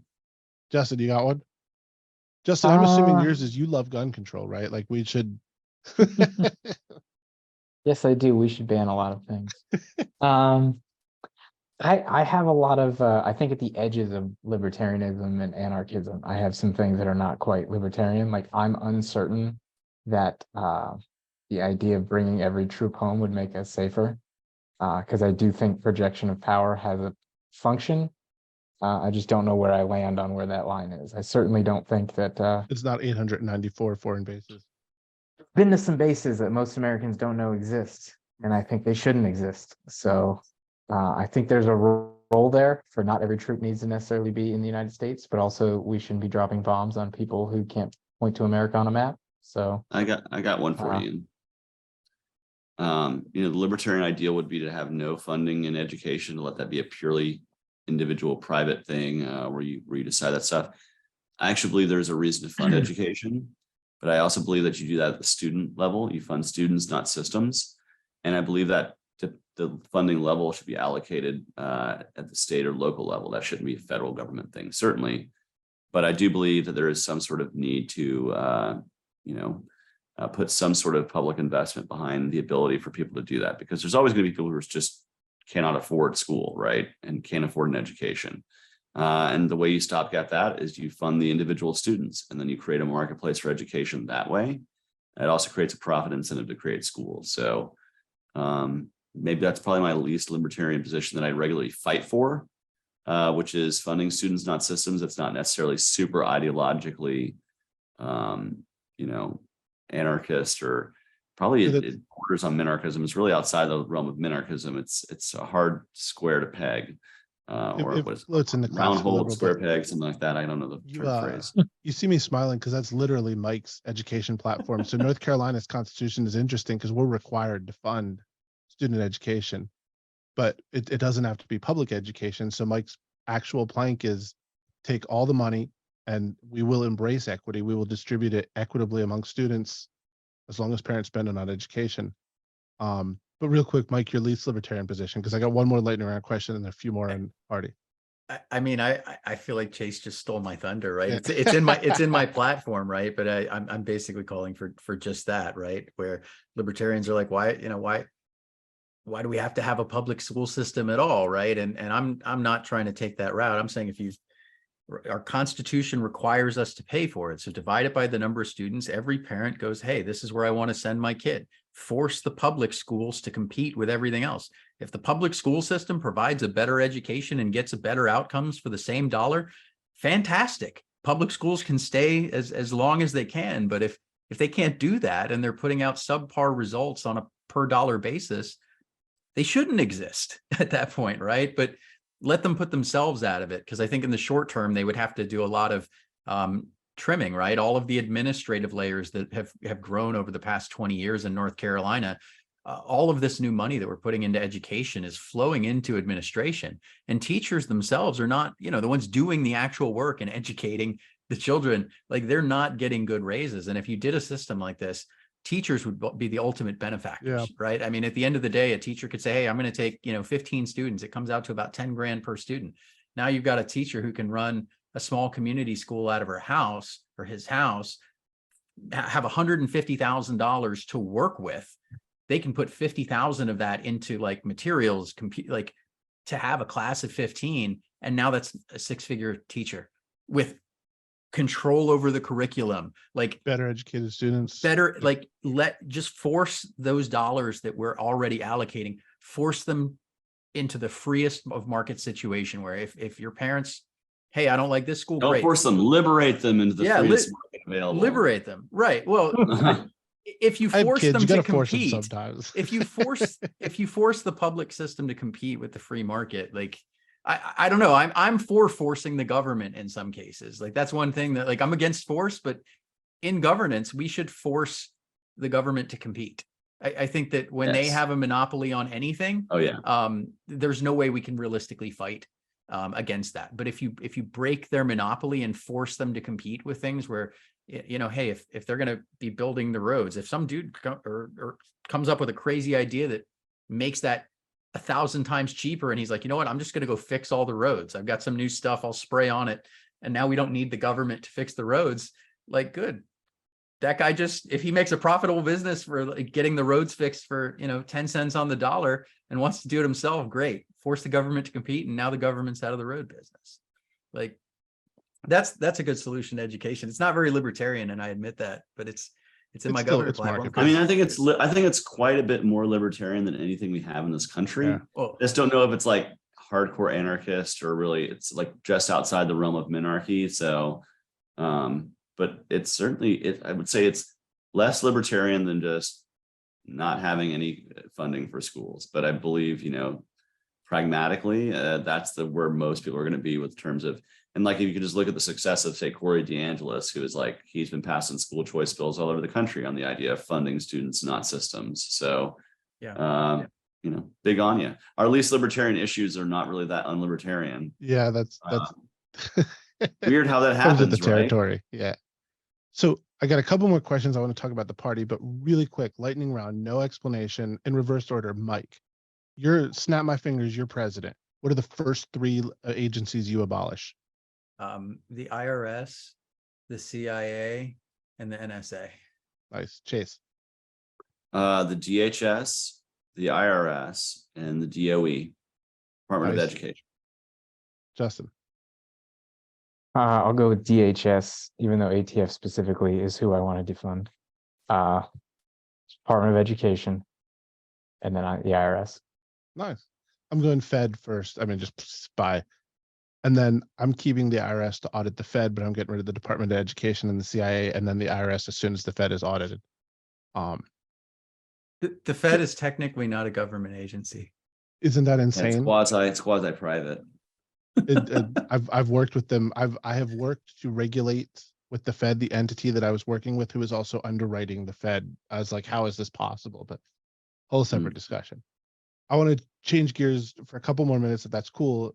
Specifically talking about the party. So, Chase, again, if you become, you're already a prominent figure in the party without a doubt. But if you become the nominee or the face of the party, what do you think we're doing really well as a party right now, and what opportunities do you really think we're missing? You know, I think really well we do a lot of the activism work on the ground, things like what Mike's been doing, you know, in Gastonia and some other stuff like that. Like, I think we have amazing activists. You know, as you said, Larry Sharp said, there's activists, there's candidates, there's party officials, donors and volunteers. I saw a different one that had the word party officials in there instead he put that as volunteers. So yeah. So you know, I'd say we do the activism stuff really great a lot of the times. We need to be more visible as libertarians in the room sometimes, be willing to work with people who aren't libertarians. And one of the things I think we fail at a lot of the times is unifying ourselves once we have a convention. We continue to hold hurt feelings a lot of the times. We let things get personal when a lot of times it's just business.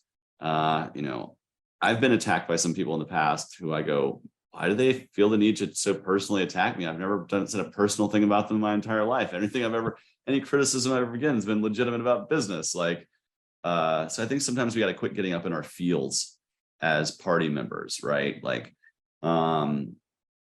it's just something that I see that happens a lot of the time. And I think we squander a lot of opportunities because of that. The things that we're doing best right now, again, we're trying to do messaging better. I don't know how much better it's been since whatever. I don't know. I feel like there's a lot of things we need to improve on, to be frank. We've lost a lot of our membership, a lot of our paying dues membership over the last year. I think the way we get that back is professionalizing our operation by, you know, again, no more infighting with each other. Let's start working together, and let's start, you know, again, trying to look like the most professional outfit that we can. The more time we spend on juvenile fighting and certainly edgelording on each other, the less success we're having. Here's a big thing. I wish state party accounts talked more about what's going on in their state. And if you want to talk about national issues, you need to talk about it through the lens of what your members of Congress are doing in DC. But don't just talk blankly about national issues. Talk about what the Libertarian Party of South Carolina or North Carolina or Georgia or Florida or whatever. Can I ask a quick question on that? Because I agree with you to a large extent, but what about like LP Delaware? Like they own police misconduct. And I actually feel like they do a really good job of spreading some awareness to other places in the country. Does that fit within what you're saying? Or I mean, I don't mind taking some time to talk about individual issues, but what I like, for instance, I'm from Georgia, so I'll criticize my home state. Sorry about it. But they did a whole post talking about the Uyghurs in China, and it's like, okay, I understand Uyghurs in China are big. There's an issue, things we talk about, but like, why are we talking about it right now? Did a member of the Georgia congressional delegation have something to say about it? Is it like the number one item in the news right now? It's virtue signaling. It really is. Really. And I would much rather them spend time talking about like what legislation is happening in Atlanta under the Gold Dome and how that's going to affect like voters in these different counties or a county commission. Like, let's talk about like some of these good old boy police networks and like what these sheriffs are doing. Like, I would much rather us spend our focus there. And if we're going to have a national focus that through the lens of what our senators are doing and our members of Congress, so that we're holding them accountable, right? That way we know what the record of Raphael Warnock is. So when he's running for re-election in 6 years, the next Libertarian can be like, I'm very schooled on what you've been doing because we've been paying attention. Like, that's what our job is as a party, is to basically be focusing on our state. And and there are some states that are, of course, going to be smaller too, like Delaware, I'm sure has plenty of time to talk about because Delaware's a smaller state. They don't have a huge population, right? But feel free to spend some of the extra time on issue stuff. But if there's legislation, certainly in your time during your state's legislative session, that's what your focus should be on as a state party, is the legislation that's going on in your state and combating that and presenting the libertarian alternative there and organizing with people in the room there. So that way you're actually having an impact and not just talking about just whatever national stuff or international stuff that happens to be floating around on the Twitterverse. Or whatever we're going to call the Twitterverse now that it's the X-verse. Sounds like an X-Men card. Sounds like an X-Men comic book. But yeah, so like I think that's something that we need to do better as a party, is like insisting that our state affiliates talk about issues within our state more, so that we're actually growing those relationships within our state with great organizations. I'm sure Better Ballot North Carolina is a great people to team up with on ranked choice voting, for example. We talked more about what they're doing at the legislative level and maybe sending a libertarian to like back them up with testimony. That's a better use of our time than just, I don't know, blindly talking about a random topic that we've all heard the libertarian position 1,000 times. Mike, you're nodding your head. What do you think? Yeah, no, I think if I was in Chase's shoes running for the presidential, like, I think he's got a lot of valid things. I think you guys know me. I don't really pay attention to national. All I wanted was for national to leave North Carolina alone so that North Carolina could be North Carolina. And I think, I'm a lot of the things that you said, I think that we do in North Carolina. Like, our Twitter feed is highlighting different things that are going on. Like, they've been a boon for our activism. And I know that they did the same thing when a guy was shot out in Cherokee County. And for having a flashlight after a robot. For having a flashlight. Like, that's something I see there. And maybe, if I was running for something national, I could see how, if my state party was doing those things, right, like virtue signaling like Georgia in that just example, right? If they were doing that, Rob, as the communications director, I'd be giving you a call and saying like, hey man, I'm running for governor here, and we need to be focusing on North Carolina issues from the party. Like, otherwise, why am I a libertarian? I'll just run as an independent, or whatever it may be. But you got to have everything working together. So I can see why national is a bigger issue. I also think we need to avoid what they call pizza cutter messaging. All edge, no point. I think that's something we need to avoid as a party, because we have to remember, we're not talking just to the libertarian faithful out there. We are talking to everybody. And to get, again, it's like the revival tent. If you want to get more people into the tent so that they can hear the gospel, you got to be friendly and you got to be opening and welcoming in the tent. You can't be exclusionary. And you can't be somebody who's going to be also presenting a message. You don't want them when they get in the tent, they go, oh God, this person's horrible. I have to run out of here at full speed and never go back again. So we have to do both of those things. We have to be welcoming, and we also have to be presenting a message that's like attractive to the broad population. No disagreement for me on that whatsoever, but there's a caveat. And Justin, this is an issue, again, near and dear to your heart. What about when the national issues affect us at a local level? So what about when, when firearms braces are about to make, 17 million people felons overnight? How do we balance that? We're in North Carolina, we're in Wilmington, we're in Gaston, we're in Mecklenburg. But hey, this is a family podcast sort of, so I can't say what I think of, but how do we balance that? Yeah, I think, sorry, you go first, sir. Okay. So I think maybe the most obvious thing is that there's a call to action, right? Like if we can say, hey, call your legislators, tell them to vote against this or to sign this petition or whatever, then there's something to do about that national level policy. So we can actually take effect on that. And also there's, of course, the kind of litmus test of like, will this actually affect people in your state? And if it does, like something like the brace rule or, let's face it, unfortunately, way too many federal rules these days affect Americans in all states. And so it's becoming more and more relevant to comment on them. But, if it's a random comment outside of a specific legislative action, then that doesn't necessarily help. But if it's a call to action within a specific time frame, then yeah, absolutely. That's kind of my test of how I do it. Here's another way you tell that story in a way that's going to affect North Carolina, right? So let's say there's the pistol brace rule. All right, find a North Carolinian who has a pistol brace and go and talk to that person and explain what removing that liberty from them will do for them. Make a short form video with that person, make a small documentary, and be able to say, this is how the federal policy is affecting us here in North Carolina. And when you're communicating that message out, you are still talking about federal policy, but you're talking about it through the lens of, like you said, through your congressional action, legislative action, but you're also reconnecting that issue back to North Carolina. It just doesn't go floating out into nowhere. It's being reconnected back to North Carolina. And so then when you run for governor or when you run for US Senate, you can say, I'm talking about so-and-so whose pistol brace was taken away from them by this legislation, and now they can't defend themselves the way they used to.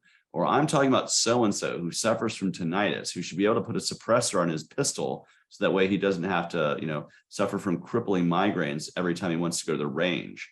Like, I think, there's certain ways to tell these stories and to bring them back to our local communities that makes it a North Carolina story, right? And I think we have to be better at doing that. That involves professionalizing our marketing a little bit, and involves thinking outside of the box a little bit and being a little bit more creative.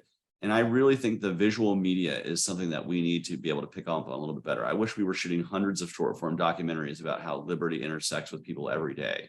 We could probably make a great feature film, honestly, if somebody had the time to do it and the money, about how liberty intersects with our lives.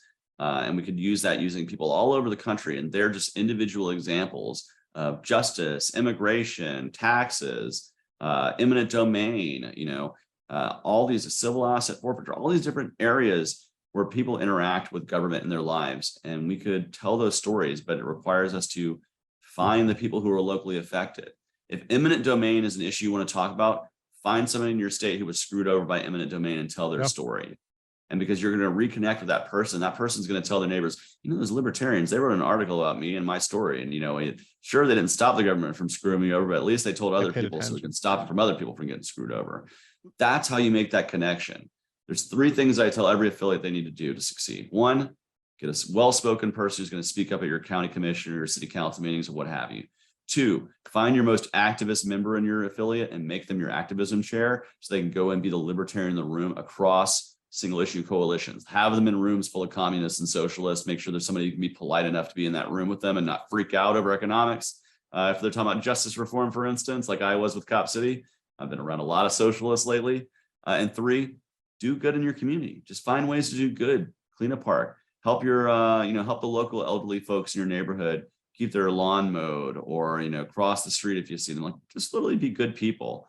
That's the best way to export our values, is to live them.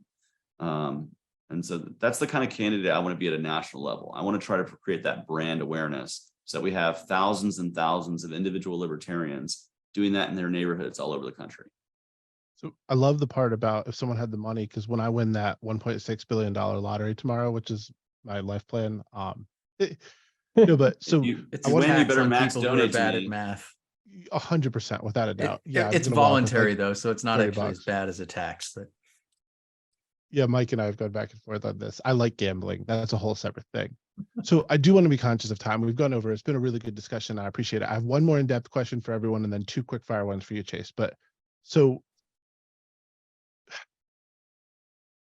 we've talked a lot about sort of the messaging and the development, the party, the issues, and 2023 is interesting in that there's not a whole lot of prominent national elections, and so the messaging does become more important. You see the polarization, the back and forth is very much messaging based, and what's happened is Vivek Ramaswamy and RFK Jr. have shot into the national spotlight.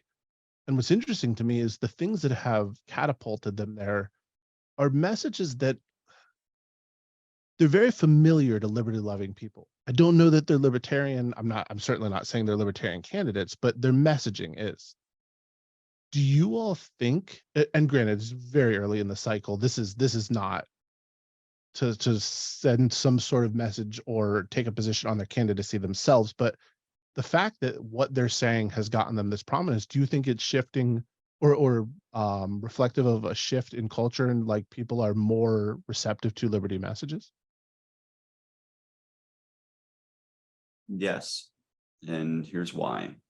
What you're hearing is anti-establishment voices getting traction. Unfortunately, what's going to happen to these anti-establishment voices within the establishment parties is they're going to get crushed and moved aside. But it does show that there's just some sort of strain of people wanting to go outside of the establishment. And if you want a further example of that, look for an anti-establishment candidate, Ron Paul in 2012, or Dennis Kucinich in 2004, who was hardcore anti-war. They were quickly dismissed by the establishment party as much as possible. They were quelled as much as possible, cast aside. You're never going to get an anti-establishment candidate out of the establishment parties. What you are going to get is a temperature of what the voters are looking for in this primary season, and they're looking for something outside the establishment. And when the uniparty fails to give it to them, we need to be the ones willing to pick up that mantle and provide it. And that's kind of how I feel about these folks, even though a lot of their positions, as you said, not necessarily libertarian, but some of the stuff is. Mike, Justin? I would say indirectly, yes. I don't think directly it means people are moving more towards liberty.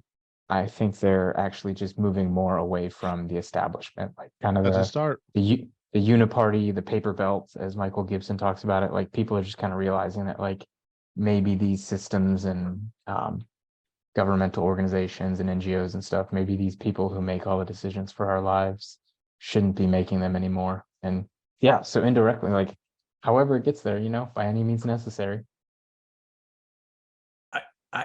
I wanted to point to Justin because I had a feeling I was going to be the only different answer here. I'm going to say no. But only because I agree with the yes, because I think that that's kind of what it means. But just the way I've seen government and kind of the way that they use control in the media and controlling the narrative, I think what it does is anytime, like they go through this cycle every election where they build up these anti-establishment people and then they squash them like a bug, and it kind of demoralizes society. Like, oh, these anti-establishment ideas will never even be able to do that. Now, that's kind of the short-term negative, but I think that if we can break that system and somehow manage to pull that momentum, and that's why I think that the Libertarian Party is the only party that I will ever be a part of. If it becomes corrupt like the Republicans and Democrats, I won't be one either. But at the end of the day, like if the LP can capitalize on that and be that beacon and saying, hey, don't let this demoralize you. I know you may consider yourself left or right, but you have these anti-establishment beliefs that align with the libertarians for a reason. You're seeing reality hit you. So if we can somehow capitalize that and turn what I think they're doing almost as an intentional way to demoralize the population against ever really rally, I can see how my no could turn to a yes. That's fair. and I pray that it does. All right. So this has been a really good conversation, Chase. Again, thank you. I have two more questions. One's a little serious for you, and then one's a fun one, which I will explain before you do it. But we had Mike Tremont on last week. Lars will be on next week. I have reached out to Joshua Smith. I've reached out to Jacob. We got a few other people who have declared. What sets you apart? Why should people support your candidacy? This is make your pitch. Yeah, so I think the contrast is it's not about our substance. We're broadly all libertarians. It's the style. I'm somebody who has, first off, the enthusiasm and the energy to get out and campaign across 50 states. You're going to see the most energetic libertarian campaign you've ever seen if I'm our nominee. I also think, I kind of speak plain spoken to folks. I approach people where they are. I'm not somebody who's very pretentious, or not that the others are either. I just think that, I'm just kind of a pretty simple guy when it comes to conversation. Like, I'm a good old boy a little bit from the South. Maybe that's just the way it is. And I'm also somebody who has, well, I've worked in corporate America. I've worked for the large maritime shipper. I've also worked in the service industry, and I am the son and grandson of blue collar workers. So I understand the needs for those people. But really, I think what sets me apart the most is my focus is on really growing this party for the next generation, because I believe in really investing in Gen Z as a strategy for success, because if we don't do it now, if we don't lay the seeds, we have no crop to harvest. And so it's time for us to really start reaching out to the next generation of liberty so that we can awaken them up. And with that, hopefully set the world free in our lifetimes. So I like to think it's my energy, my enthusiasm, and just my kind of pretty approachable nature that I think can make a difference there for voters. Love it. Last question, and I have to warn you, you are stepping into a minefield in the LPNC in this one. I unintentionally turned this into perhaps the greatest internal controversy amongst people that pretend to care, but what is better for home defense, 12 gauge or an AR-15? I am from the good Choose old boys, carefully. so I'm going to say probably the shotgun myself, the 12 gauge. Now, here's the thing though. If it's me defending myself, I'll tell you what I have. I have a 38 special police issue revolver with 38P bullets. So that's the ones with the little clay ends there that flatten out. So they're great. They don't go through you and into the guy behind you. So they got great stopping power. So that's what I personally use if someone's breaking my house. But between the two, I'm reaching for the shotgun. Here's why. First off, just cocking the shotgun's enough to make most people shit their pants and run. And if it's not, it's pretty point and click. You don't have to really aim too hard in the dark. Just generally where the noise is coming from, and you're going to blow whatever it is away. Let's just hope it wasn't the cat. Justin and Mike, thoughts? I I have know a where lot you to say about that. I would like to petition that we call the shotgun the Joe Biden answer from here on out. Didn't Andy Stevens say that too, though? Yes, he did. He's a shotgun guy too. You're in good company, Chase. I was gonna say the good old Southern boys. You can't get them away from their shotguns. They love them too much. It's the loud boom boom sticks. I've already answered that on this podcast before, Rob. Several You times. ask every get, and I'm team shotgun, and it comes down to the fact that I live in a townhouse. I got another house there. The penetration for my AR-15 is significantly higher than the way I keep it loaded, specifically based on where in my house I would use it. It's a better option for my house. If it was different, I could see why some would other do it, but I mean, I'm team shotgun, but it's based on the fact that it looks cool in Resident Evil 4. So I'm not like a Hey, Chase, for real, thank you so much. This was awesome. I know we went long. I appreciate your time immensely. This was a really good interview. Can't wait to get it out there. One last thing, Justin, Mike, Chase, what do you want to plug? What should we be looking at? Give your website, your company, whatever it may be. I'll do my plug here for you. Go to my website, votechaseoliver.com. Votechaseoliver.com is where you're going to see all my good stuff. Votechaseoliver.com. Join the team, maybe donor supporter, just sign up for the mailing list. And follow me at Chase for Liberty on all your major platforms. Find me there, spread the message, and let's grow this thing, and let's take down the two-party system. Let's fire the uniparty, as you say. I'll go with that one right there. You've already said it a bunch, but yeah, also on the socials, it's at Fire the Uniparty. I have nothing specific to plug, so go support Chase and Mike You'll have you a can website also soon though, right? you can also support GRNC and GOA and FPC for like $30 a year. So go pick your favorite gun organization and give them some money too. But also Chase and Mike, give them money too. And we should plug, you should read all of Justin's pieces that he writes and sends out too. So Yes, I will be writing an article about this shotgun versus AR-15 thing very soon, because the number of shotgun lovers is Tar Heel unacceptable. Libertarian 2A talks. Justin has 7 out there now, maybe 8, and they're compelling. I learned something, like I will edit them and then I go back and I'm like, I didn't realize this. Every single one of them excellent. So Chase, thank you so much. Again, I know we went long and you just rolled with it. It's your fault for having a good conversation. I appreciate it immensely. Thank you all very much. When you all watch this, I honestly don't know if Chase's footage will be before or after, but Chase has a few things coming up in North Carolina. For all the noise that I think the party can create, I'm really optimistic about where we're going for so many reasons. And Justin, Mike, and Chase, it's awesome to see you all leading this movement and being involved. So thank you all very much. Thanks. Good talking to you guys. Thanks Chase.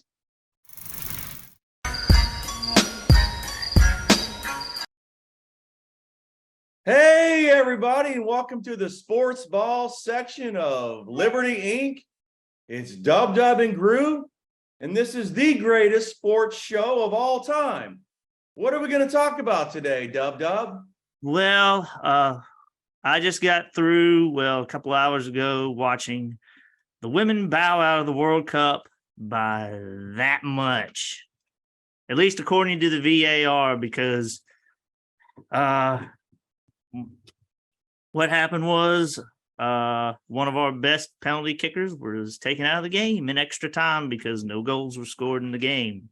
It ended in a 0-0 draw, and it went to a penalty shootout, and the United States had a chance to clinch it, but Megan Rapinoe skied her kick.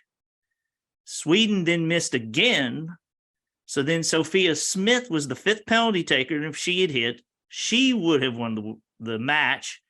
She skied her shot, then it went to sudden death. Then a penalty kick taker by the name of Christy Mewis hit her kick. It was her first touch of the World Cup. She had been subbed in only to take a penalty shot. And to me, that is a crime upon itself. Then Sweden hit theirs, and then it went to Kelly O'Hara, the other old player on our team who had been subbed in extra time. She took her penalty shot, tried to aim it, and hit the post. And then Sweden hit that shot that looked like Alyssa Nair had saved on the rebound, and then VAR went and they showed the VAR where the ball was. And I mean, it was that close. It was 0.5 millimeter away. And that is the end of it. It is the end of Rapinoe's career. I don't know if it's the end of Kelly O'Hara's career, but I feel it is. I believe it is also the end of Julie Ertz's career. And what it is this may be what the United States needed, because for many, many years now, it has been once you make the U.S. team, you're never giving it up. Some great examples: Shannon Box, 20 years, Christine Lilly, 23 years. It reminds me a lot of that U.S. team that got beat in 2007 when it still had Mia Hamm and Brandy Chastain and all the people left over from 1999 going on their 4th and 5th World Cups. And it's like, and we've seen it through the World Cup this year. Marta, Brazil, out in the group stage. Germany out in the group stage. Canada, Christine Sinclair, 40 years old, out in the group stage. And now the United States out in the round of 16. And so I think we're starting to see youth is being served even in the women's game. If you are an old soccer team, it doesn't matter how good you were or what stars you have on your crest, you will go out if you do not serve your youth. So, and now the trend is going fire Vlatko on Twitter. So I'm happy to see that, because he really did do some strange substitutions and non-substitutions this whole cup run. I will also say this. I've been saying this morning. The absence of Rose Lavelle And also a name you may know, Kristen Press, who had to have her 4th surgery on her knees, were not available for this match against a good team in Sweden. And with those two being out, and especially with Kristen Press not being available, it was really hampering to this World Cup because both those players are bellwethers on that team, and really they could have been used in that fashion. So personally, I will be going for, quote, who have never won it, not counting England, because no, I will never root for England in Well, anything. I'm impressed because I didn't watch the game because it was 5 a.m. You actually got up and watched the game. Well, I had tried to get up to watch the game, but I got instead woken up by my cats at 5:50 a.m. So I saw the second half and the penalty and the extra time and the penalties. Fair enough. I've been loving your cat pictures lately too. Your cats literally sleep upside down. It's really hilarious. Your cat pictures are the highlight of my day, actually. How many They're a cats do you handful. have? They're How many running cats around do you right have? now. So if you hear horses galloping, it's them. How many cats do you have? Now 2. 2. Okay. It seems like you have a lot of cats, but I guess not. No, two is about the most I'll ever take on at one time. I just hope a mama cat doesn't come up in my yard and decide to have her litter there. Yeah. Well, yep. So long to USA women's soccer team. They are not advancing to the top 8, unfortunately. So how many years in a row have they won it? Like, this is the They would have been going for their time 3rd straight World Cup. And this is the first year that they have never made to the semifinals, much less the quarterfinals. right. So, Well, so long to USA. We're sorry. yeah. Play But hard, play better, yeah, exactly. Fire Blacko. and do that too. So we're 32 days away from NFL season, and do we have any updates on the Panthers? What's going on in their training? And we're getting ready for preseason this week. Well, yeah, coming up this week on the 12th, they found we'll play the Jets. They're getting ready, though, to practice with the Jets. So we're going to have organized team opposing practices here, I believe, beginning a couple days before the game starts. So is that going to be in Charlotte or New York? It's going to be in Charlotte because the Jets are coming down here to do the joint practices. All right.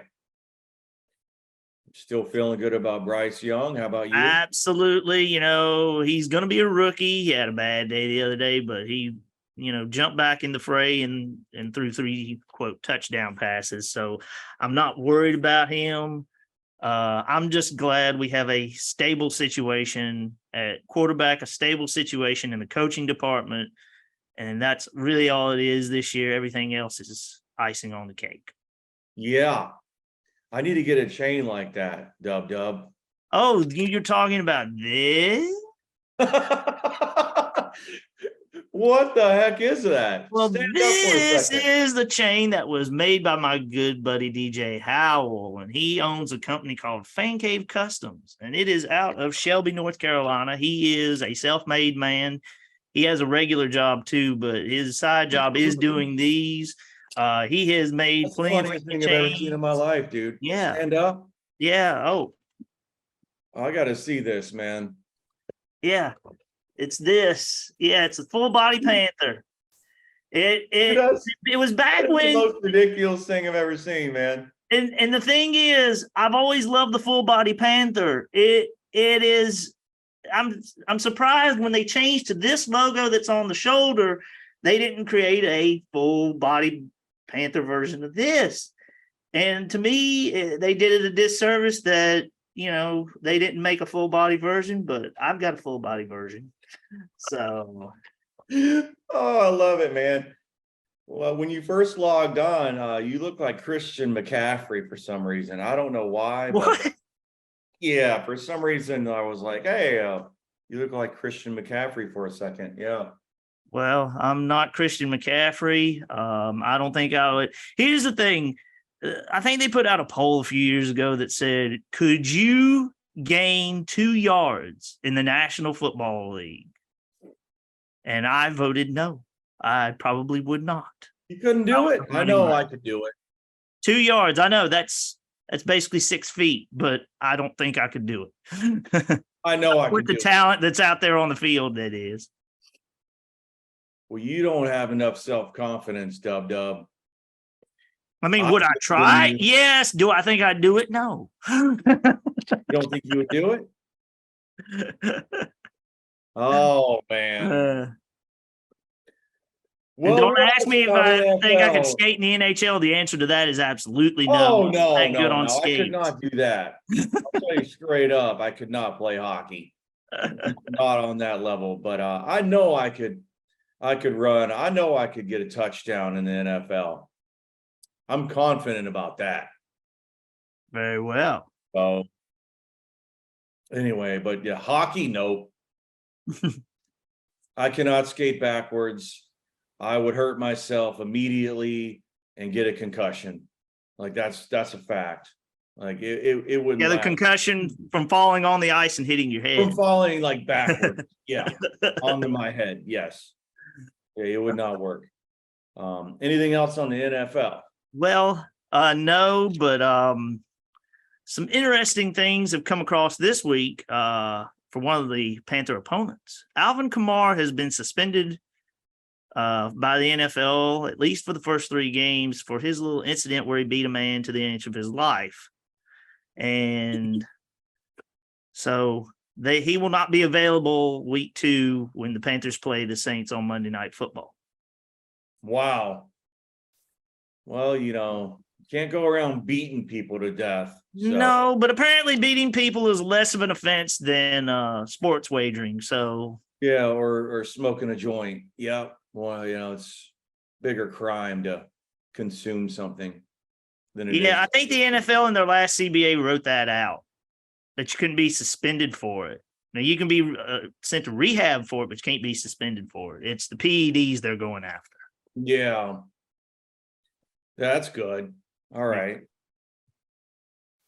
Well, I know that the Hurricanes are pretty much done with their drafting and recruiting and all that kind of stuff. They've spent $1.4 billion on their lineup for next year.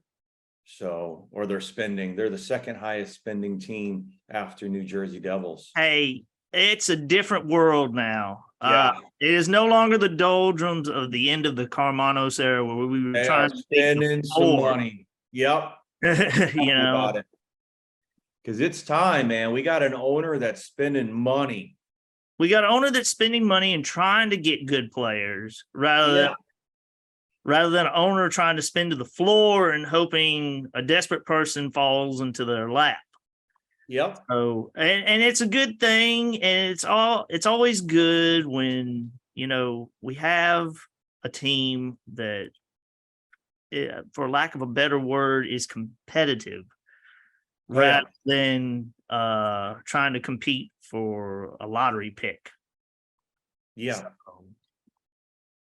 they signed an 8-year deal with Aho, so we got pretty much. And the thing is, they're talking about how old will you be when Aho's deal expires in 2032. Mm-hmm.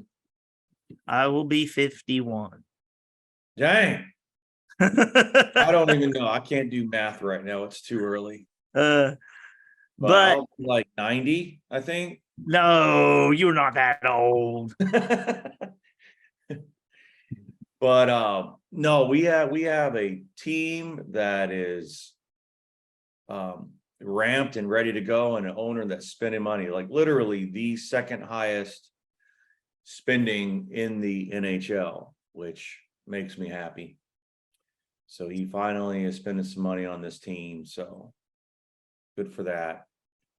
What else is happening? Well, going back to soccer, Charlotte FC have advanced in their quest. They won their round of 32 match against Cruz Azul, which had to be played in Texas because of Fan Fest, and they could not get the field switched over in time. They can't host the next round either because of a little singer named Beyonce that's going to be performing at the stadium. And but if they do make the Elite Eight, they will host that match. So awesome. They're actually they are playing like a different brand of of their game in these matches. Like they actually care and not just going through the motions. And I don't know what it is. I don't know if Castelli is feeling the pressure from upstairs to perform better or what, but this is not the same team that was satisfied with draws for the better part of a month and a half. And I'm hoping this little tournament progresses into the MLS season so they can make a second half run to compete for a playoff spot. Now, when are you going to come watch a game with me, man? Well, the thing is, what type of game? Soccer? Football? Football. Let's do football. Yeah. Well, we will have to talk offline about that, but let's go live in the same room. Yeah, that would be amazing. And we could do a live watch along. Yeah. And I'm sure the fans, our viewers would love that.